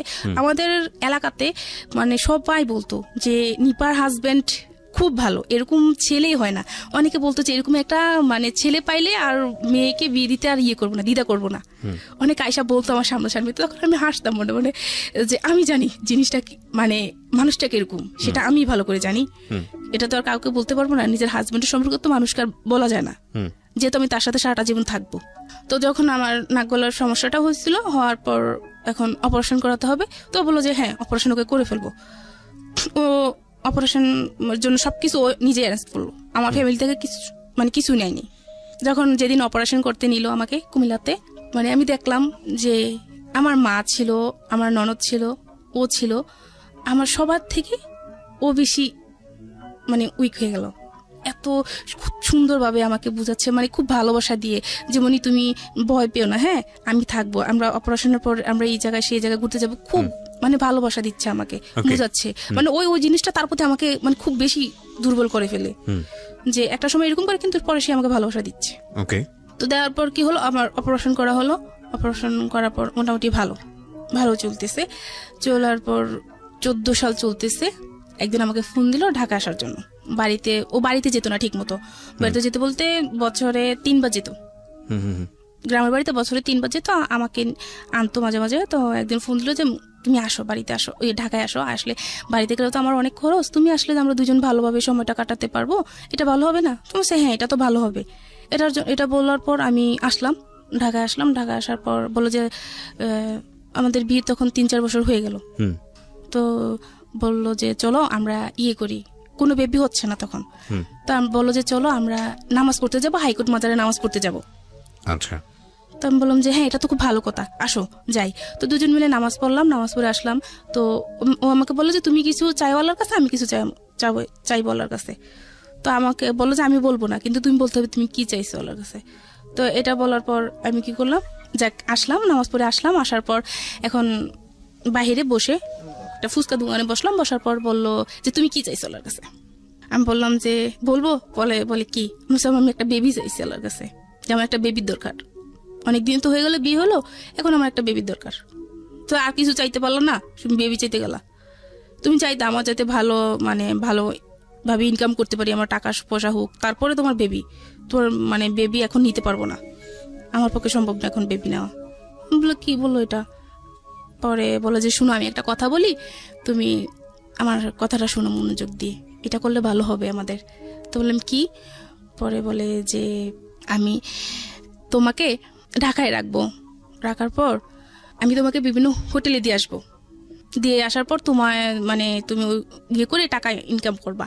কি বলেন এসব? মানে হঠাৎ করে এক লোকে আপনাকে এই ধরনের কথাবার্তা বলবে? এটা বলতেছে যে এরকম মানে ইনকাম করব, তারপর আমাদের অবস্থা ভালো হবে, ভালো হলে তারপর আমরা যে বেবি হচ্ছে না ডাক্তার দেখালে বেবি হয়ে যাবে।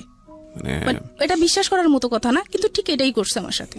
তো আমি বললাম যে কি বলো এটা? পরে বলে যে হ্যাঁ, কিছু হবে না, এটা শুধু তোমার আর আমার মাঝে থাকবে। আসো, আমরা যে নামাজ পড়ছি, নামাজ পড়ে আমরা করবো যে আমরা কখনোই এই কথাগুলো আমাদের মাঝে থাকবে।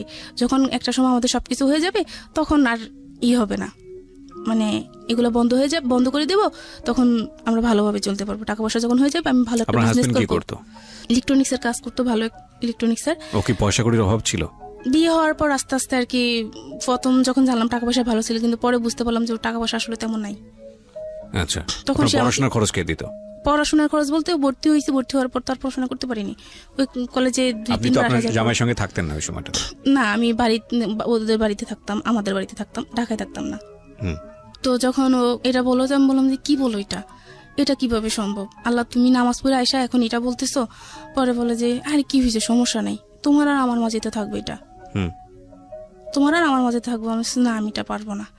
তো বাসায় গেলাম, বাসায় গিয়ে আসতে এই কথাটাই বললো যে আমি নিয়ে আসবো, তো করো। না, আমি এটা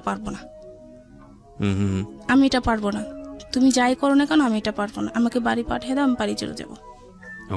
আল্লাহর ভয় করো, আমরা মরলে কি করব? এটা তুমি কি ধরনের কথা বলো? এটা বলে অনেকবার বোঝানোর পর তো বলো যে আচ্ছা ঠিক আছে, ওখানে ঠিক আছে। পরের দিন আমি বাড়িতে চলে গেলাম, কাউকে কিছু বললাম না এটা নিয়ে। বাড়িতে চলে গেলাম। বাড়িতে চলে যাওয়ার পর কি হলো, একদিন আমি ঘরে শুয়েছি, গোসল করে এসে শুয়েছি। তো আমার ছোট দেবর কোথায় থেকে যেন আসলো, আয়সা মানে হঠাৎ করে এসে আমার গালে একটা কিস করলো। করার পর আমি লাফ দিয়ে উঠলাম। লাফ দিয়ে উঠার পর বললাম যে তুমি এটা কি করলা, এটা কি তোমার উচিত হয়েছে? আমি সবাইকে এখন বলে দেবো। তো বললো যে ভাবি, কাউকে কিছু বললেন না। এখন মানে আমি চিন্তা করতেছি কি করব, ওকে বলবো না আমার শাশুড়িকে বলবো। এর আগেও মানে করতো, আসতো, বসতো কাছে বা জড়িয়ে ধরার চেষ্টা করতো, বলছে এগুলো করো না, এগুলো ভালো না, আমি মাকে বলবো, এরকম বলতাম। হঠাৎ করে ওই দিন সে আমার সাথে সেই কাজটা করলো। করার পর কি করলাম, আমি মানে কাউকে কিছু বললাম না আর, মানে ভাবতেছি কি করব। তো কাউকে কিছু না বলার পর আমি আমাদের বাড়িতে চলে আসলাম। এখন ও বলতেছে যে আমি ওদের বাড়িতে যেতে পার। যাওয়ার পর বললো যে আমি যাব না। কেন যাব না, খুব ঝগড়া হচ্ছে এটা নিয়ে, যাব না।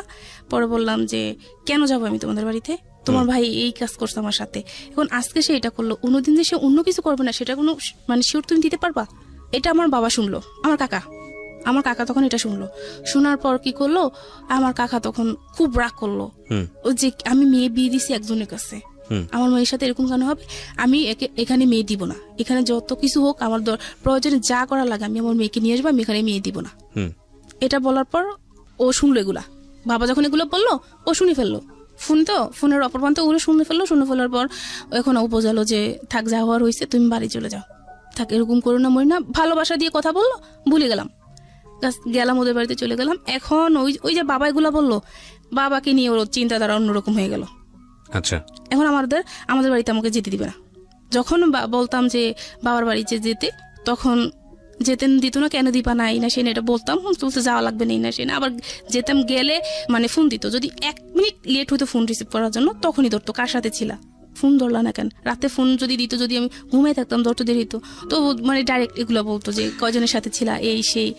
তোর বাবা মা, যেহেতু বাবার বাড়িতে আসতে চাইতাম, তো বলতো তোর বাবা মা কি তোকে ব্যবসা করার জন্য কি তোকে নিয়ে আসছে কিনা। দুটো জিনিস খেয়াল রাখবেন এখানে, ওনার বলার জায়গাটা স্ক্যাটার্ডলি, উনি যেভাবে বলছেন অনেক কিছু হয়তো বলে উঠতে পারছেন না, কিন্তু দুটো বিষয় খুবই গুরুত্বপূর্ণ। একটা হচ্ছে হাজব্যান্ড ইন্সপায়ার করছে ওয়াইফকে এই ধরনের একটা পথে যাওয়ার জন্য যেখান থেকে পয়সা রোজগার হবে, আবার সেই সন্দেহ করছে এই ওয়াইফকে যে সে অন্য কারোর সঙ্গে ইনভলভ কিনা।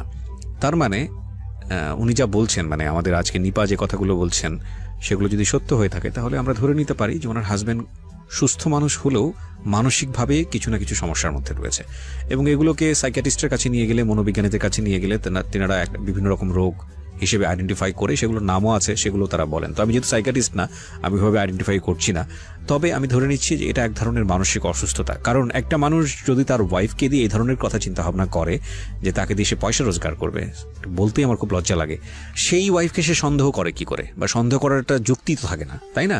সে কার সাথে মুভ করলো না করলো সেটা তো যুক্তিই থাকে না। সো তার মানে ধরে নিতে আমার বাবার সাথে, যে তোর বাবার সাথে তোর অবৈধ কোনো সম্পর্ক আছে। কি বললো উনি, আমার বাবা মানে বাবা, বাবা কি তোর কাকা, তোর তো আপন বাবা না, ভেরি ভেরি ইনটলারেবল, তোর তো আপন বাবা না। তখন ভাইয়া মানে এটা শোনার পর যে আমি কোন পর্যায়ে ছিলাম আমি জানি না। আমার বাবা এরকম একটা মানুষ ছিলেন যে এত ভালো ছিলেন। আমার কি হয়েছিল, একবার কি হয়েছিল, মা ভাই বোন কেউ ছিল না বাসায়, শুধু আমি ছিলাম। আমি খুব অসুস্থ হয়ে গেছি, আমার পানির দরকার, বাবা পানি নিয়ে দরজার অপর প্রান্তে দাঁড়িয়ে আছে, আমার রুমে ঢুকে না যে আমি কোন অবস্থায় আছি। 10 মিনিট থাকার পর বাবা বললো কি মা পানি নিবি না, তখন এসে আমি নিলাম। সেই বাবাকে নিয়ে সেই ধরনের কথা বললো। তখন আমি আমার পক্ষে আর পারতেছি না। তখন আমি আমার দাদুর কাছে বললাম যে দাদি এই হচ্ছে, এখন কি করব। দাদি তো খুব করতেছে, হায় রে আমার ছেলে শুনলে কি হবে, এটা আমার ছেলে এত কষ্ট করলো আমার নাতিদের নিয়ে, সেই ছেলেটা এখন জীবনের এই পর্যায়ে আসা এরকম কথা শুনতে হচ্ছে।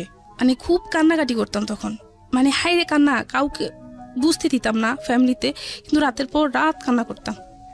তো এরকম হওয়ার পর 2015 সালের দিকে আমার ছোট বোনের একটা প্রবলেম হয়েছিল, যে বিয়ে দেওয়া হয়েছে, বিয়ে দেওয়ার যাই হয়েছে সমস্যা, 2-3 দিন পর ওকে নিয়ে আসা হলো।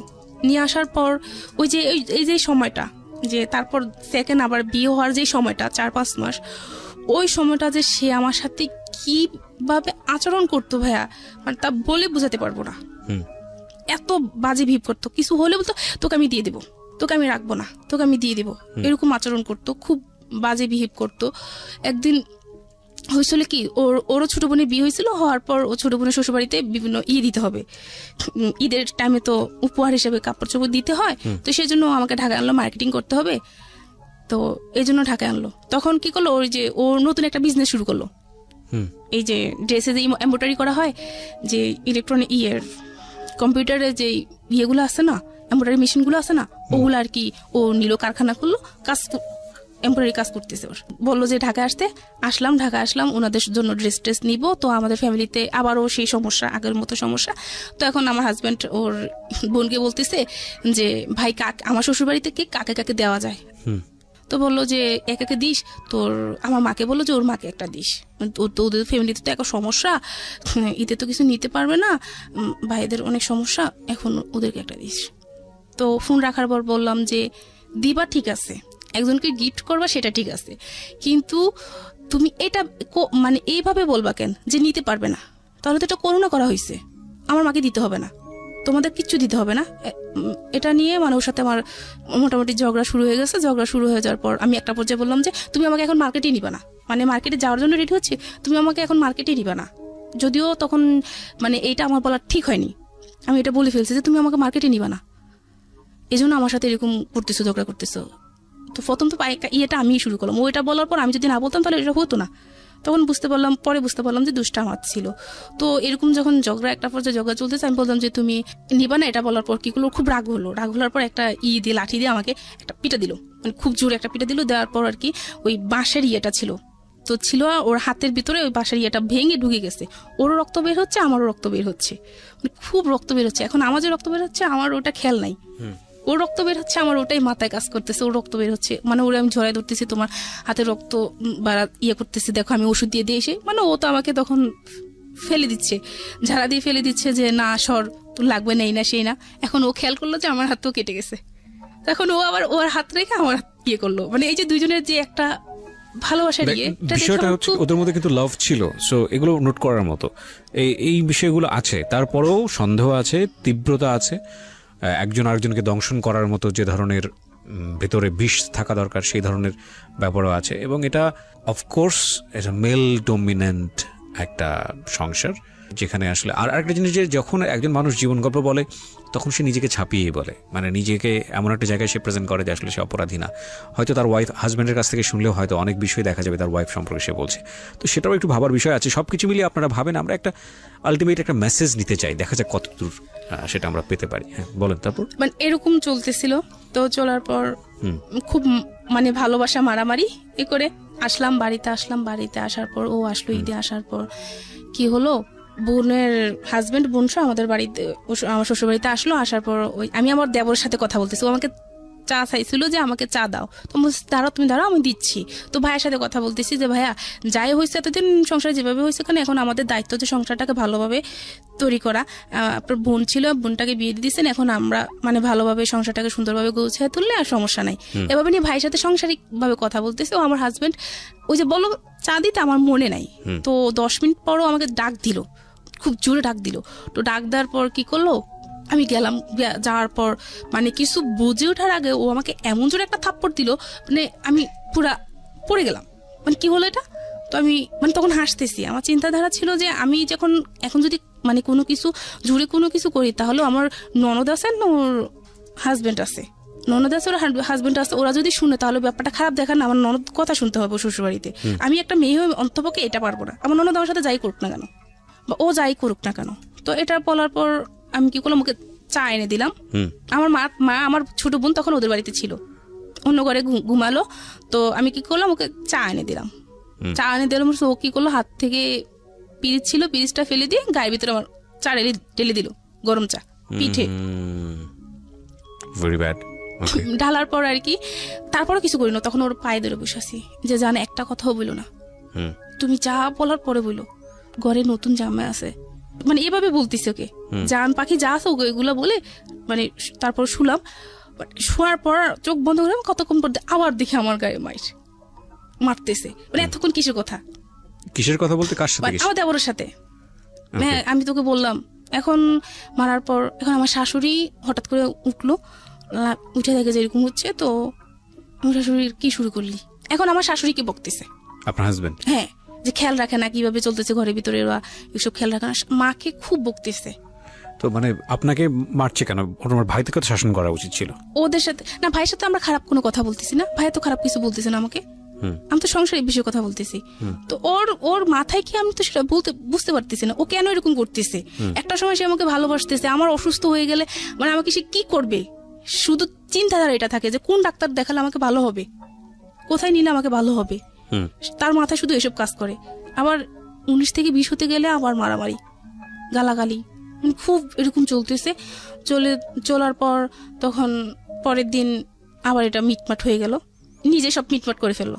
আমার মা ছিল ওদের বাড়িতে, তখন আমার মাকে আমার শাশুড়ি বললো, আমাকে মারছে সেটা বলে নাই, বললো যে গালাগালি করছে। পরে আমাকে বললো যে মা কি হয়েছে, তো মা কিছু হয় না, আমি সব শুনছি। তখন মার কাছে তো আমি স্বীকার গেছি যে মা এরকম হয়েছে।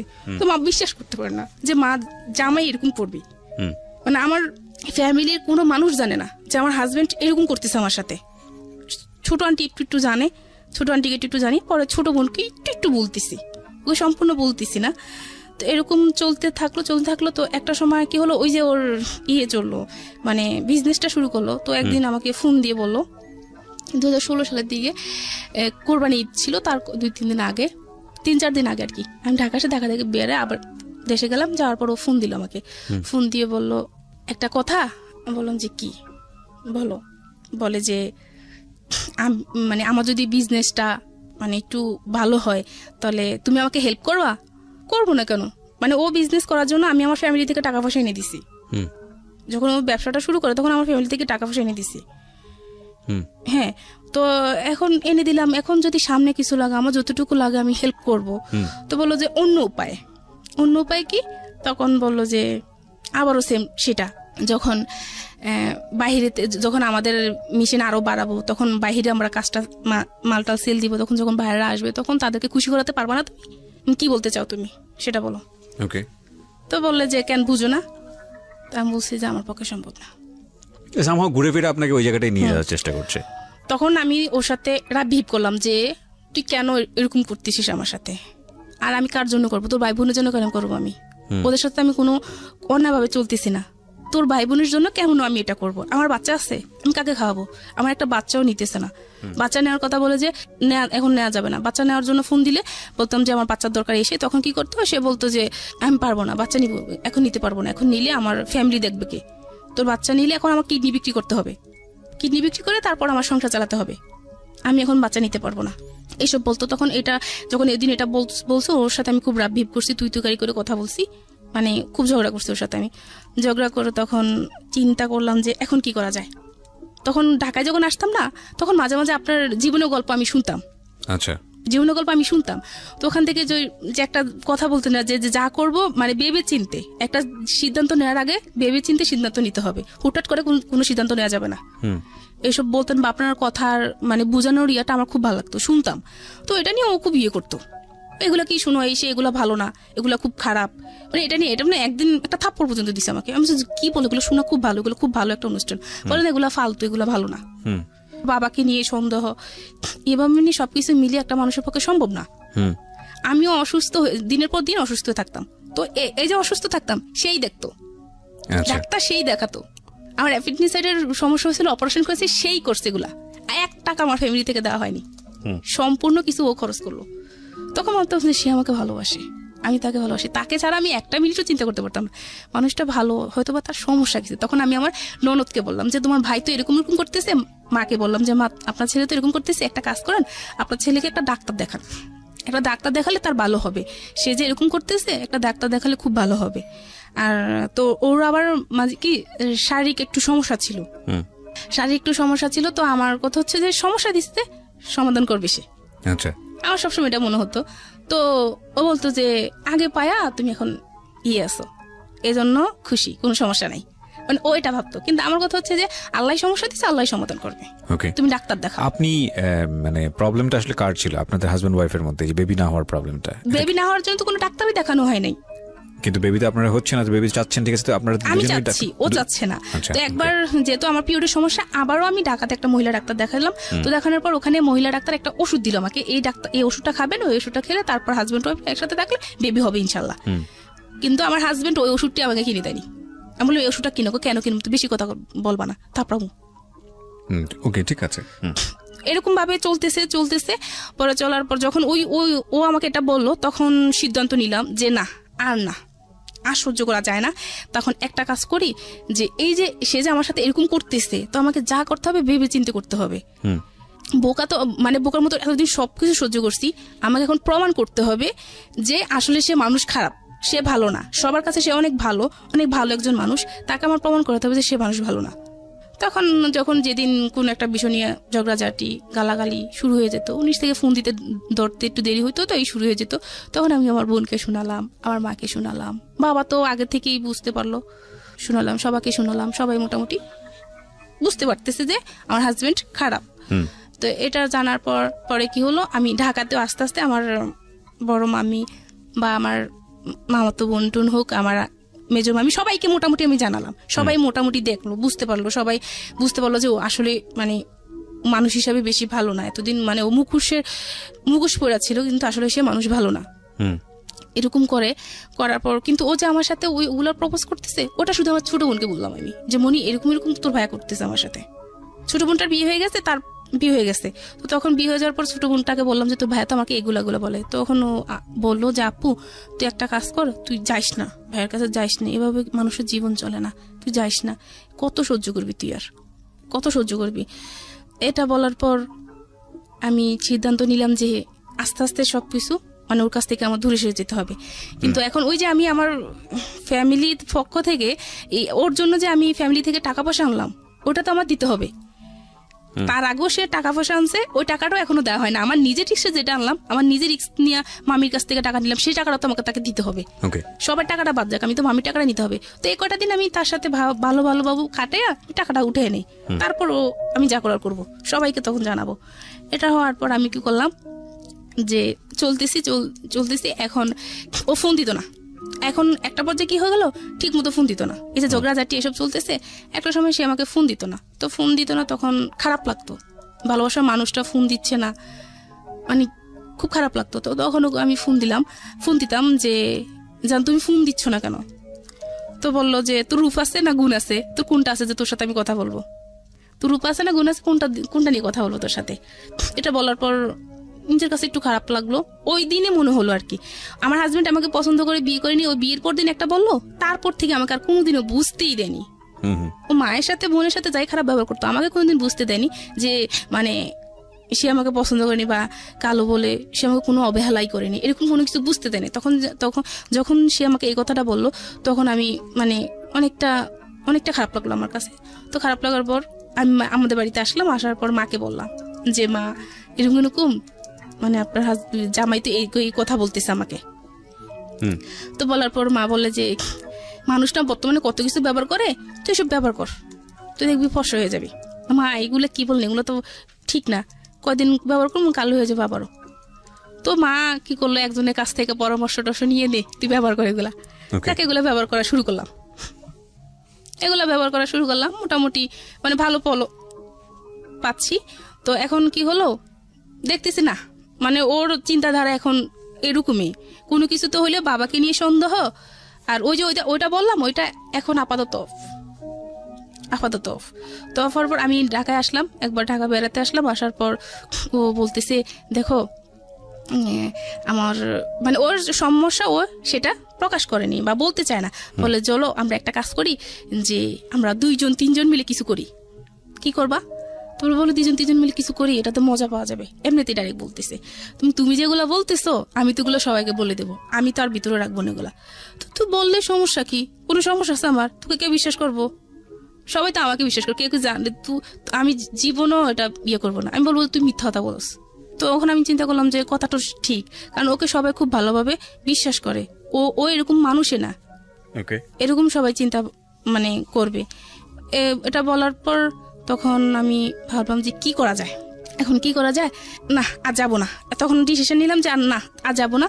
তখন বাড়ি আসলাম, বাড়ি আসার কিছুদিন পর আবার ঈদ ঘনিয়ে আসলো। ও ঈদের সময় বাড়িতে গেল, বাড়িতে যাওয়ার পর দেখলাম যে একজন একভাবে, ও ওর মতো চলতেছে, আমি আমার মতো চলতেছি, মানে দুজনের প্রতি ওই কোনো ভালোবাসা, কোনো কিছু আগ্রহী নাই। মানে আমার দিক থেকে আগ্রহটা মোটেই নাই, আমার দিক থেকে আমি আগ্রহটা অনেকটা কমিয়ে দিছি, যে না এই লোকটার সাথে আমি আর কোনোভাবে সম্পর্ক মানে সামনে আর আগাবো না, যে লোকটা মানে আমার সাথে এরকম করতেছে। করার পরে কি হলো, আমি ওর সাথে কি নিয়ে জানি খুব ঝগড়া হলো আমার সাথে। ঝগড়া হওয়ার পর আমি বাবার বাড়িতে চলে আসলাম ঈদের টাইমে। চলে আসার পর এখন ডিসিশন নিলাম যে আমি আর যাবো না, ওর ভাত আর খাবো না, এরকম চিন্তা করে সবাইকে বলে দিলাম। তো সব বলে কি হয়েছে, বলেন এরকম করতেছে, আমার পক্ষে সম্ভব, আমি তো একটা মানুষ। এই যে এত কিছু হচ্ছে ওর সাথে আমার সাথে, ওর ফ্যামিলির প্রতি কখনো আমার কোনো কর্তব্যবোধ, কোনো কিছু আমার কমতি নাই। তাদের সাথে আমার যা করা দরকার তাই করতেছি। আর এরকম করতে তারপর আমি কি করলাম, বাবার বাড়ি চলে যাওয়ার পর তো আমার বড় মামির সাথে কথা হলো যে এরকম চলে আসবো। তো মামি বললো যে আচ্ছা ঠিক আছে, তুই একটা কাজ কর, তুই ঢাকা চলে আস। ঢাকায় এসে কদিন থাকা আমাদের এখানে, মানে ওনাদের সবার চিন্তাধারা ছিল কদিন ঢাকায় থাকলে মনের সাথে আস্তে চেঞ্জ হয়ে যাবে। রাগের সময় তো মানুষ এরকম হয়। তো ওদের বাড়িতে ছিল, আমি তখন ঢাকায় চলে আসলাম। ঢাকায় চলে আসার পর ওর সাথে আমার সাথে যোগাযোগ একদিনে 2 দিন ফোন দিছিল, বলছিলাম যে তুই আমার ফোন দিবি না, মানে তুই তুকারি করতাম তখন, তুই আমার ফোন দিবি না, তোর সাথে আমার কোনো কথা নাই, আমি তোর ভাত খাবো না, এ বলে ওর সাথে ফোন রেখে দিলাম। রেখে দেওয়ার পর ওর সাথে আমার সাথে কোনো যোগাযোগ নাই। তো মামার বাসায় গেলাম, মামার বাসায় গিয়ে ভালো চলতেছে এরকম। মামার বাসায় গিয়ে 18 দিন ছিলাম। 18 দিন থাকার পর আমার চিকুনগুনিয়া হয়েছিল। চিকুনগুনিয়া হওয়ার পর তো আমি যে ডাক্তারের কাছে নিতে পারতেছি না, এত অসুস্থ বা সমস্ত শরীর ব্যথা, তো আমি নামতে পারতেছি না। ওইটা আবার মামার বাসায় যে দারোয়ান উনি দেখছে, তো মামার বাসায় যে দারোয়ান, ওই দারোয়ান আবার ওকে চেনে, আমার হাজবেন্ডকে খুব ভালোভাবে চেনে। তো চেনার পর ও লোকটা রাস্তা দিয়ে যাওয়ার সময় ওই লোকটা ডাক দিল, যে বললো যে ভাই এরকম এরকম ভাবি তো খুব অসুস্থ, ভাবি তো এরকম এরকম ঢাকায়, আপনি আসেন নাই যে, ভাবি এরকম অসুস্থ। কি বলেন? বলছে হ্যাঁ, মানে ও তো ওই দিনে জানলো যে আমি ঢাকায়। এরা মাঝে কোনো কারোর সাথে কারো যোগাযোগ নেই, না আমার শ্বশুরবাড়িতে কেউ আমাকে ফোন দিচ্ছে, না আমার হাজবেন্ড আমাকে ফোন দিচ্ছে। তখন যখন ও জানলো, ও সাথে সাথে আসলো, সাথে সাথে আইসা না ও ফোন দিল। ফোন দেওয়ার পর তখন আমার বড় মাই ফোন রিসিভ করলো, বললো যে আচ্ছা ঠিক আছে তুমি আসো, দেখি কি করা যায়, আসো। এখন ও আসলো।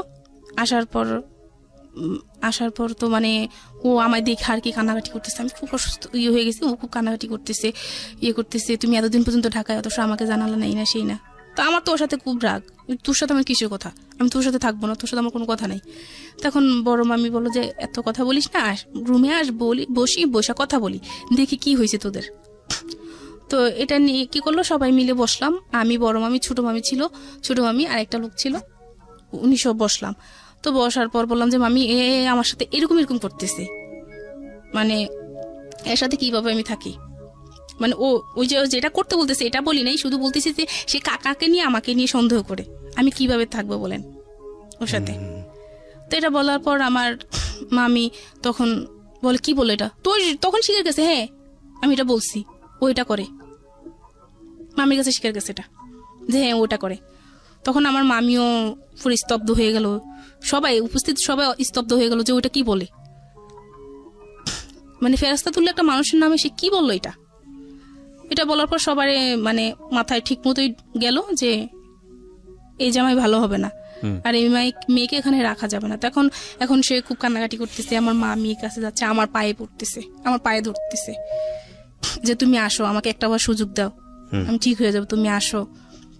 তো যখন এই 18 দিন ছিলাম না, তা 18 দিনের মাঝে আমার ফোনে একটা ইমুতে একটা ফোন আসতো, খুব ফোন আসতো। তো লোকটা আমাকে বলতাম যে ফোন দিয়েন না, বা আমার মামাতো বোন বা মামামি সবাই শুনতো যে আমি লোকটা খুব বকা দিতাম, আমি ব্লক করতাম, ব্লক হতো না, মানে বুঝতে পারি না ব্লকটা যে প্রোফাইলে গিয়ে ব্লক করলে ব্লক হয়, এটা আমি বুঝতাম না, মানে ততটা ছিল না আমার।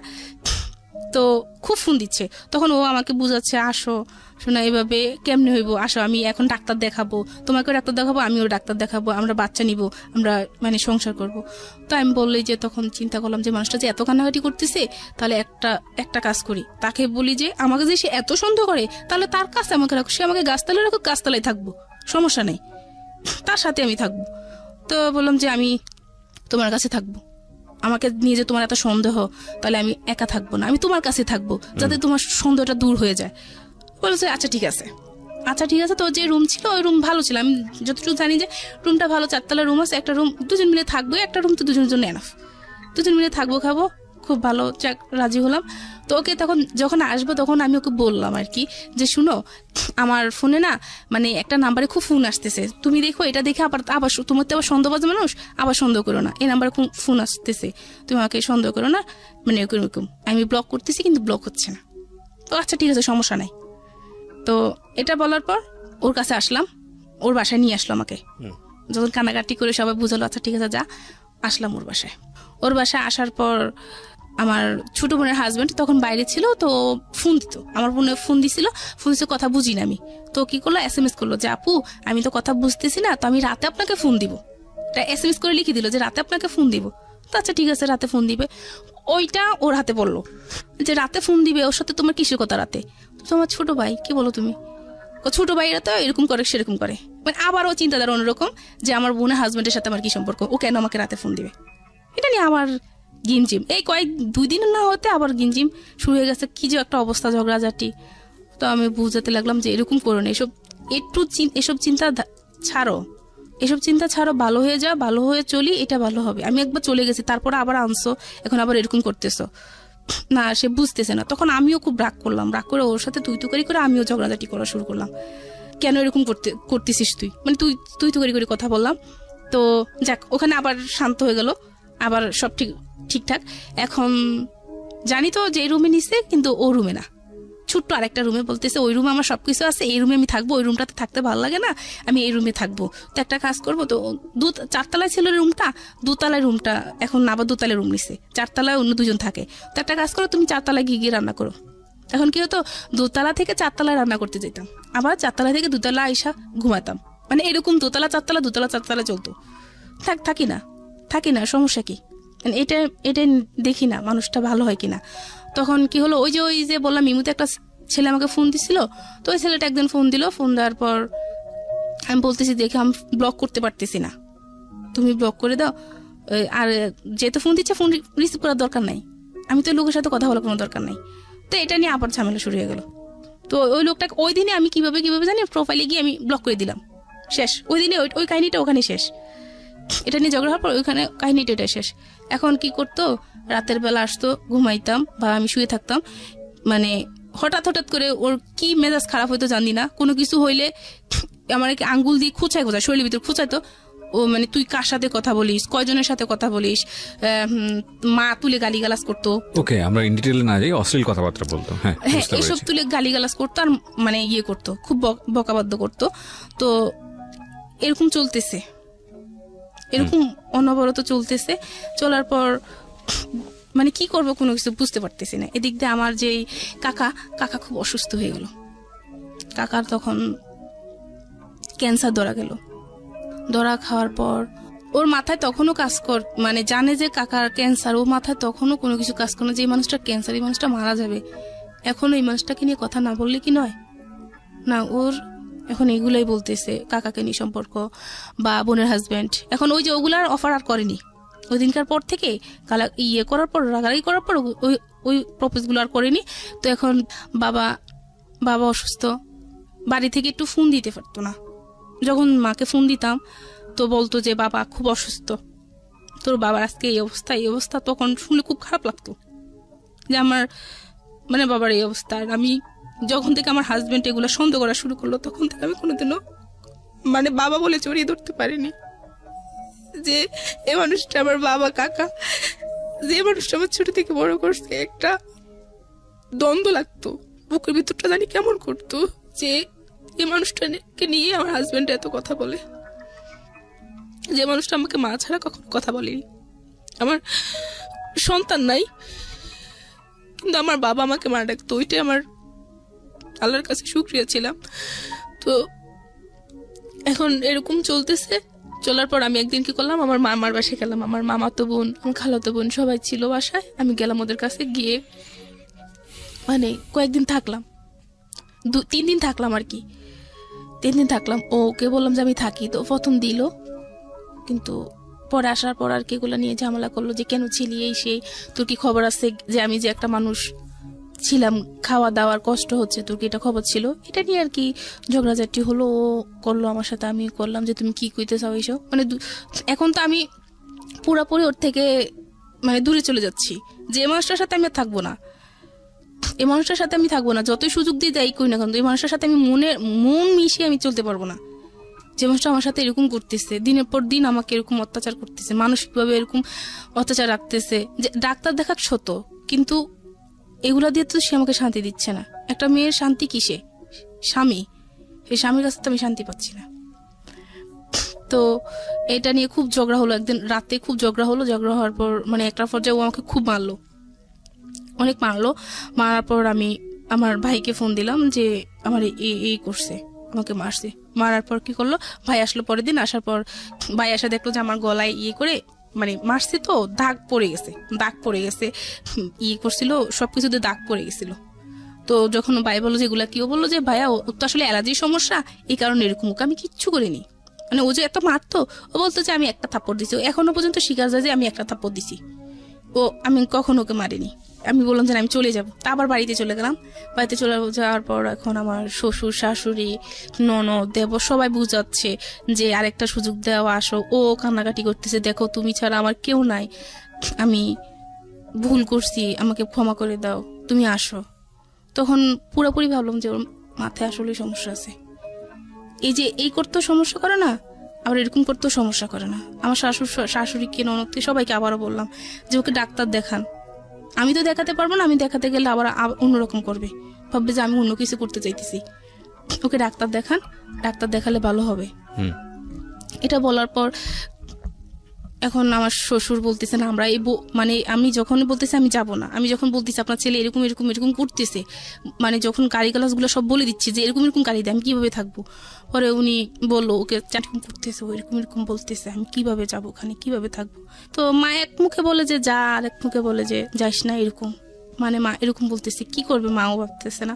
তো এখন আমি সিদ্ধান্ত নিলাম আমি আসবো না ওর কাছে। তখন মা মেজো ভাইকে মা বলতেছে, তো ওর মনে হয় আমার ছোট মেয়ের সুখটা সহ্য হচ্ছে না, মা এরকম কিছু বলতেছে যে ওর জন্য আমার ছোট মেয়ের সুখটা নষ্ট হবে।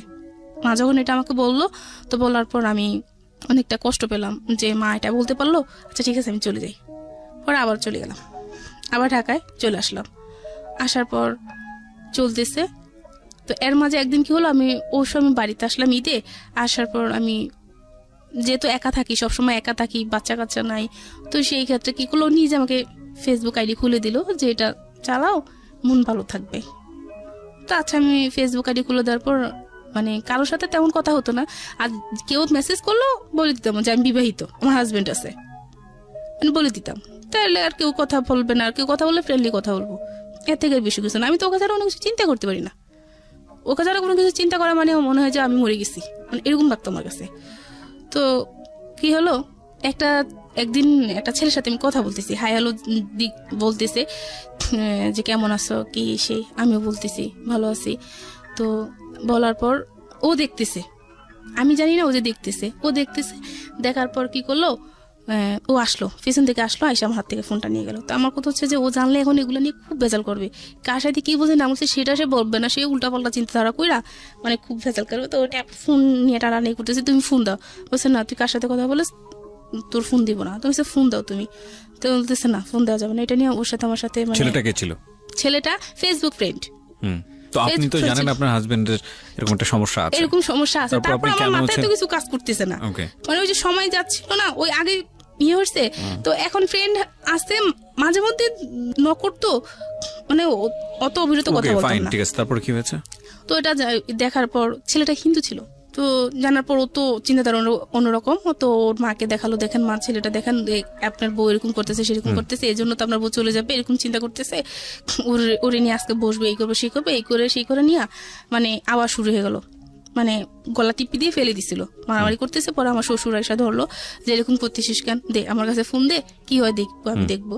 পরে এটা নিয়ে আর কিছু বলে নেই, ও চলে গেল, বাজারে চলে গেল, আবার আসলো, আয়সা বলে এখন ঠান্ডা মাথা বলতেছে, বলো এগুলো কে ছিল, ছেলেদের সাথে তোমার কি সম্পর্ক? আমি জাস্ট ফ্রেন্ড, আর কিচ্ছু না, তুমি শুধু নাম ভুলবে তো না, জাস্ট ফ্রেন্ড, এর থেকে আর বেশি কিছু না। তো বলতেছে না ওর সাথে তোমার অন্য কোনো সম্পর্ক। আচ্ছা ঠিক আছে তাহলে ব্লক করে দাও, তাহলে তো হয়েছে। তো আচ্ছা ঠিক আছে ব্লক করে দিছি, ওখানেই শেষ, ব্লক করে দিছি। এখন এটা নিয়েও কি করতো, রাতে এটা নিয়েও কথা তুলতো, বিভিন্ন সময় মেজাজ করা থাকতো যে ওর ফ্যাক্টরিতে ফোন দিত, ওর ভাই থাকতো না, ফ্যাক্টরিতে ভাই থাকতো না, পাইতো না। তো না পাইলে কি করতো, ওর ভাইকে যদি না পাইতো ওই ঝালটা আমার উপর উঠাইতো, ওর রাগটা আমার উপর উঠাইতো। এটা নিয়ে এরকম ঝামেলা হচ্ছে দিন। তারপর আবার ঢাকায় চলে গেলাম, ওই ইয়ের পর তারপর দিন ঢাকায় চলে আসলাম।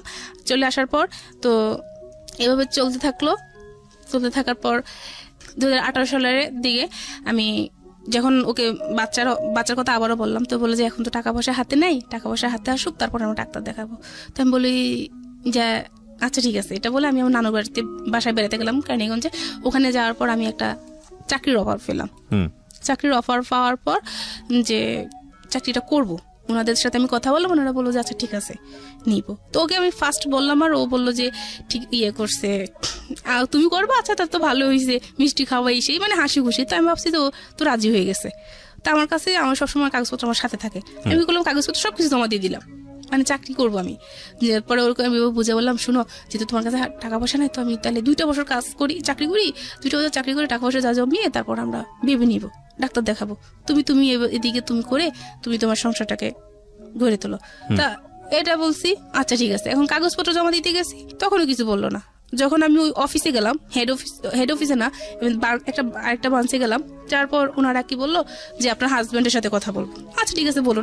আমি তো জানি আমার হাজব্যান্ড বলছে আমাকে, তো আমার হাজব্যান্ডের সাথে কথা বলতে দিচ্ছে। ও বললো যে আমি জানি না, ওর ফ্যামিলি জানে, ওর ফ্যামিলি যদি ওকে চাকরি করতে দেয় তাহলে আমার সেটা জানার বিষয় না। এটা জানার পর, এটা বলার পর উনি বলতেছে আপনার হাজব্যান্ডের সাথে আপনার দূরত্ব আছে? আছে না, দূরত্ব নেই। তাহলে সে এটা বললো কেন? আচ্ছা ঠিক আছে, সমস্যা নেই, আপনি চলে যান, চলে গিয়ে ওনাকে বুঝান, সমস্যা নেই, আমরা আপনাকে ফোন দিব। তো এটা বলে আমি বাসায় গেলাম। বাসায় গিয়ে ওর সাথে মানে আমি খুব রাব বিহেভ করলাম। আমি নিজে যে তুই এটা বললি কেন, আমি তো ভালোই চাচ্ছি, যে তোর যে টাকা পয়সা নাই, তুই যে বাচ্চা কাচ্চা নিতে পারবি না, তাহলে আমি টাকা জোগাড় করে আমি ডাক্তার দেখাবো, তুই এটা বললি কেন? এটা নিয়ে ওর সাথে আমার মানে খুব ঝগড়া হচ্ছে। হওয়ার পর কি করলাম, যে যা আমি থাকবো না, আর আমাকে রাখতে পারবি না, এতদিন এত কিছু হয়েছে, আর রাখতে পারবি না, এটা করে আমি চলেই আসবো, যে যা তোকে এখান থেকে আমি ডিভোর্স দিয়ে যাব। তো ও দুজনে মিলেই ঝগড়া করতেছি। তো করার পর কি হলো, কি বলছে, আচ্ছা ঠিক আছে আয়, তুই আমাকে ডিভোর্স দিবি, তো আয় আমার সাথে আয়। তো আমি কি করছি, সত্যি সত্যি ওর সাথে বেরিয়ে গেলাম।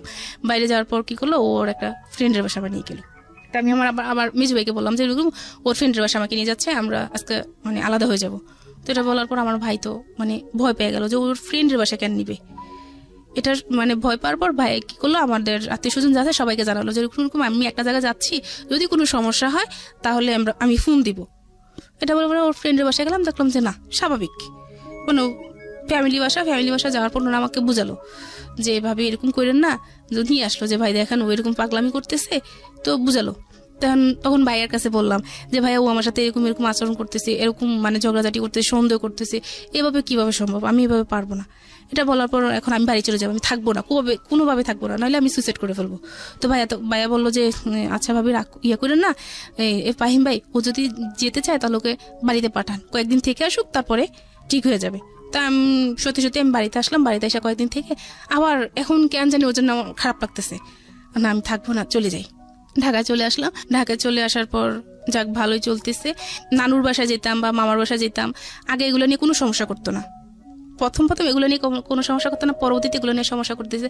যা ও ছাড়া আমি আমার ফ্যামিলির মানুষের সাথে অনেক জায়গায় ঘুরতে যেতাম, যেতে দিত। এগুলো নিয়ে কোনো সমস্যা করতো না, এগুলো নিয়ে ভালো ইয়ে করতো। তো ঘুরতেছি ফিরতেছি ভালোই। এখন রমজানে কি করলাম, ও একদিন বসে বসে আমাকে বলতেছে যে তুমি কোন দিন জানি মানে টার্গেটে পড়ে গেছো। কি টার্গেটে পড়ছো, তুমি মেরে ফেলবো নাকি, কিসের টার্গেট বলতেছো তুমি এগুলা? বলছো টার্গেটে পড়ে গেছো, তুমি হাসতেছে আর বলতেছে টার্গেটে পড়ে গেছো। তা আমি এটাতে খুব ভয় পাইছি যে কিসের টার্গেটে পড়ে যাচ্ছি আমি। তো বললো যে না কিছু না, এ বলে ও মানে তখনই চুপচাপ হয়ে গেল। তখন আমার খুব ভয় লাগলো যে সে খারাপ কিছু একটা করতে চাচ্ছে, যে আমি টার্গেটে পড়ে যাচ্ছি। তখন আমি আমার ফ্যামিলিকে বললাম যে ওরকম করতেছে। এখন সবাইকে মোটামুটি বলা হয়ে গেল, এখন সবাই চাইতেছে যে চলে আয়। এখন সবাইকে বিশ্বাসও করাতে বললাম যে এখন আমাকে কেউ দোষ দিতে পারবে না, কেউ বলতে পারবো না যে আরেকটা সুযোগ দে, কেউ বলতে পারবো না ধৈর্য ধর, তো আমি দোষলাম। সবাইকে দেখানোর পর আমি কি করলাম, ঈদে বাড়িতে গেলাম। বাড়িতে গিয়ে আবার চলে আসলাম, মৌসুমে চলে আসলাম। চলে আসার পর এখন বাবা অসুস্থ, আরো বেশি গুরুতর অসুস্থ হচ্ছে। তো গেলাম, বাড়িতে আসলাম, গেলাম, যাওয়ার পর বাবাকে দেখে এসে আবার চলে আসলাম। আবার 9 দিন পর আবার ফোন গেল যে বাবা খুবই অসুস্থ। তো তার আগের দিন আমি ওকে তার সাথে আমার যে সমস্যাটা হয়েছিল তো ওই দিন আমি দুজনে হাসাহাসি করতেছি, বলতেছে যে তোমার হাতের রান্না আসলে অন্যরকম, মানে খায় খুব তৃপ্তি পাওয়া যায়। আমি কিছু সব বাদ দাও, এবার দুষ্টামি পাজলামি যা হয়েছে করো, এটা কাজ করো শোনা, এবার বাচ্চা নেওয়ার জন্য ডাক্তার দেখাই, এটা ভালো হবে। ওইটা বলছি, আবার রাগারাগি শুরু হয়ে গেল, তোর বাচ্চা নেওয়ার জন্য এত পাগলখানে এরকম করে। পরদিন যা আর থাকবো না, এইবার শেষ। তখন কি করলাম, সবকিছু ইয়ে করে পরের দিন ফোন আসলো যে বাবা খুবই অসুস্থ, আমাকে দেখতে চাচ্ছে। তো চলে গেলাম। বাড়িতে চলে যাওয়ার পর 5 দিন পর বাবা মারা গেল। 5 দিন পর বাবা মারা গেল। আমাকে মা ডাকার যে আমাকে মা রাখতো সে মারা গেল। তো বাবা মারা যাওয়ার আগে মানে শুধু এটা বলো যে মা তুই খুব ভালো থাকবি, আর এই লোকটার কাছে না যাওয়াটা ভালো হবে, যে এত কষ্ট দেয় আমার মাটারে। তো বাবা মারা যাওয়ার পর ওকে জানানো হলো, ওরা গেল। যাওয়ার পর যা কিছু করার করে চলে আসলো। তারপর ঈদ হলো, কোরবানি ঈদ হওয়ার পর এখন ঈদের সময় ওদের বাড়িতে যাওয়ার জন্য আমাকে বলতেছে, আমি যাইনি। না যাওয়ার কারণে অনেক চেষ্টা তারা করলো আমাকে যাওয়ার জন্য, আমি যাইনি। তারপর আমার দেবর বিয়ে ছিল, তো আমার ননদ দেবর আয়সা খুব মানে ইয়ে করে নিয়ে গেল যে ওকে নিয়ে যাই, ওকে দেন। তো আমাকে একদিনের জন্য দেওয়া হলো। একদিন গিয়ে থেকে তারা বললো যে আমরা বসবো এটা নিয়ে। ওরা এইভাবে আর কয়েকদিন চলবে, ওরা দুজনের বয়স হচ্ছে, বাচ্চা কাচ্চা কিছু হচ্ছে না, এটা 2 দিন পর ঝগড়া, তার থেকে ভালো ওদের এরকম হওয়া দরকার কি। এটা বলে আমি একদিন থেকে তারপর চলে আসলাম। ওই দিন বসলো, সবাইকে নিয়ে বসা হলো। এখন বসা হওয়ার পর বললো যে তোদের সমস্যা কি, মূল সমস্যাটা কি। তো আমাকে প্রথম জিজ্ঞাসা করলো যে কি সমস্যা। পর আমি বললাম যে আমাকে ও সন্দেহ করে কতদিন যাবত, বিয়ের 1 সপ্তাহ পর থেকে। তো এতদিন তুই বলিসনি কেন, এতদিন বলিনি, দেখি না ঠিক হয় কিনা। কিন্তু এতটা বছর পর্যন্ত, কত বছর, 7.5 বছর, 7.5 বছর এতদিন পর্যন্ত এত কিছু করলাম। পরে বললাম যা যা হচ্ছে আমার সাথে এরকম বলতেছি। আর ও বললো যে, তখন ওকে জিজ্ঞাসা করলো যে তুমি ওকে সন্দেহ করো কেন। পরে বললো যে আমার না ও অসুস্থ দেখে আমার ওর সন্দেহ হয়। তুমি এই যে সন্দেহ করতেছো, ওর কিছু পাইছে এই পর্যন্ত? বলছে না। ওকে কোনো ছেলেদের সাথে কথা বলে, যে ও একটা ছেলের সাথে কথা বলছে, ইমুতে কথা বলছে, ফেসবুকে কথা বলছে, কিছু করছে, ওর সাথে দেখা করছে? কয় না। তো ও বিয়ের আগে একটা ছেলের সাথে সম্পর্ক করছে, ওই ছেলের সাথে কোনোদিন কথা বলছে? যে না। এসব যখন সে বললো, তাহলে তুমি ওকে সন্দেহ করো কেন? ও অসুস্থ থাকে এই জন্য আমার সন্দেহ হয়। আমি কেন সন্দেহ হয় জানি না, অসুস্থ থাকে সন্দেহ হয়। এটা বলার পর সবাই বললো যে আচ্ছা ঠিক আছে, তাহলে ওকে 2 মাস সময় দেওয়া হোক। আমি তো যাবো নাই। তখন আমি আমার একটা আঙ্কেলকে বললাম যে ও আমাকে এইসব অফার করে, আমি কিভাবে ওর সাথে যাব। তারপরে সবাই মিলে একটা বললো যে না, ওকে সময় দেখ, কারণ এখন বাবা মারা গেছে, এখন আমার মানে উপরে আর তো ইয়ে নাই। 2 মাস সময় নেওয়ার পর ও আমাকে ফোন দিত, আমি ঠিক মতো কথা বলতাম না। তখন ও বললো কেন তুমি আমার সাথে এরকম করো, এখন তো সবকিছু ঠিকঠাক হয়ে গেছে, তুমি 2 মাস থাকো তারপরে আসো এসে। তখন আমি বললাম যে তোমার সাথে আমার কিসের কথা, যে স্বামী তার স্ত্রীকে এসব কথা বলতে পারে? কখন আমি তোকে বললাম, আমি তো তোকে কিছুই বলিনি। আমি এখন সবাইকে বলবো যে তুই আমাকে এসব অফার করছিস, যে তুই অন্য ছেলেদের সাথে থাকতে চাস, এই জন্য আমি তোকে দিতে চাই না বলে তুই আমার কাছ থেকে চলে যাস। আমি এইসব মানুষকে বলবো দেখি তুই কি করিস, পারলে তুই কিছু করিস। মানে সবাই আমাকে বিশ্বাস করে, ও খুব ভালোভাবে মিথ্যা বলতে পারে। তো তখন চিন্তা করলাম যে কি করব এখন। আর এখন বাড়িতে যখন থাকতেছি তখন মোটামুটি অনেকে জেনে গেছে যে আমার মানে এরকম হবে। তখন একজন অফার করলো যে একটা কাজ কর, এরকম থেকে কি করবি, ইমুতে কথা বল, ছেলেদের সাথে ইমুতে কথা বলে টাকা ইনকাম করিস। কেউ একজন বললো যে আয়, মানে একদিন অন্য কিছু করি, মানে এইসব কিছু অফার করতেছি। কিভাবে চলবে, বাবা তো নাই এখন, ভাইদেরও মোটামুটি, তো এভাবে কেমনে চলবে, ভালোভাবে চলতে পারবি, এসব অফার পাচ্ছি। এখন মাথায় সারাক্ষণ কাজ করতেছে, আমি কি করব, মানে কি করার আছে আমার। খুব ডিপ্রেশনে ভুগতাম। রাতের পর আমি রাত কি করতাম, বাইরে কাটাতাম। মানে গ্রামের বাড়িতে রাতকে 2টা-3টা বাজে আমি বাইরে দাঁড়িয়ে থাকতাম। মানে আমার ঘুম হতো না যে আমি কি করব, এই মানুষটার সাথে আমি কাটাবো সারাটা জীবন, যে মানুষটা আমাকে এসব বলতেছে, না আমি একা থাকবো, কোনটা করব। তো আমি আমার একটা আঙ্কেলকে বললাম যে আঙ্কেল এই অবস্থা, আমি এখন কি করব, আমাকে একটা কাজ জোগাড় করে দিতে পারবেন? পরে বলে যে তুই কতটুকু পড়াশোনা করছিস? তো আমি বললাম যে আমি ইন্টারমিডিয়েট কমপ্লিট করলাম, আমার কোনো রিসেপশনে হলে হবে, সমস্যা নাই, আমি তো চলতে পারবো, এরকম কিছু হলে হবে।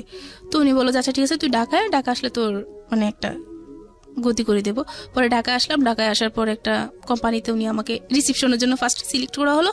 তো সিলেক্ট করার পর আর ওনারা আমাকে রিসেপশনে না রেখে অন্য কাজে দিয়ে দিল, অ্যাকাউন্টসে, যে তুমি এটা করো, দেখি তুমি পারবে না। আমি তখন কিছুই জানতেছি না, কম্পিউটার সম্পর্কে কিছুই জানি না, বা আমি যেহেতু পড়াশোনা থেকে এতটা বছর দূরে, আমি ইংলিশ সম্পর্কে সবকিছু আমার মাথা থেকে চলে গেছে, আমি কোনো কিছু পারতেছি না। তো আমার কলিগ যারা, তারা আমাকে খুব হেল্প করছে, বস সবাই খুব হেল্প করতেছে আমাকে।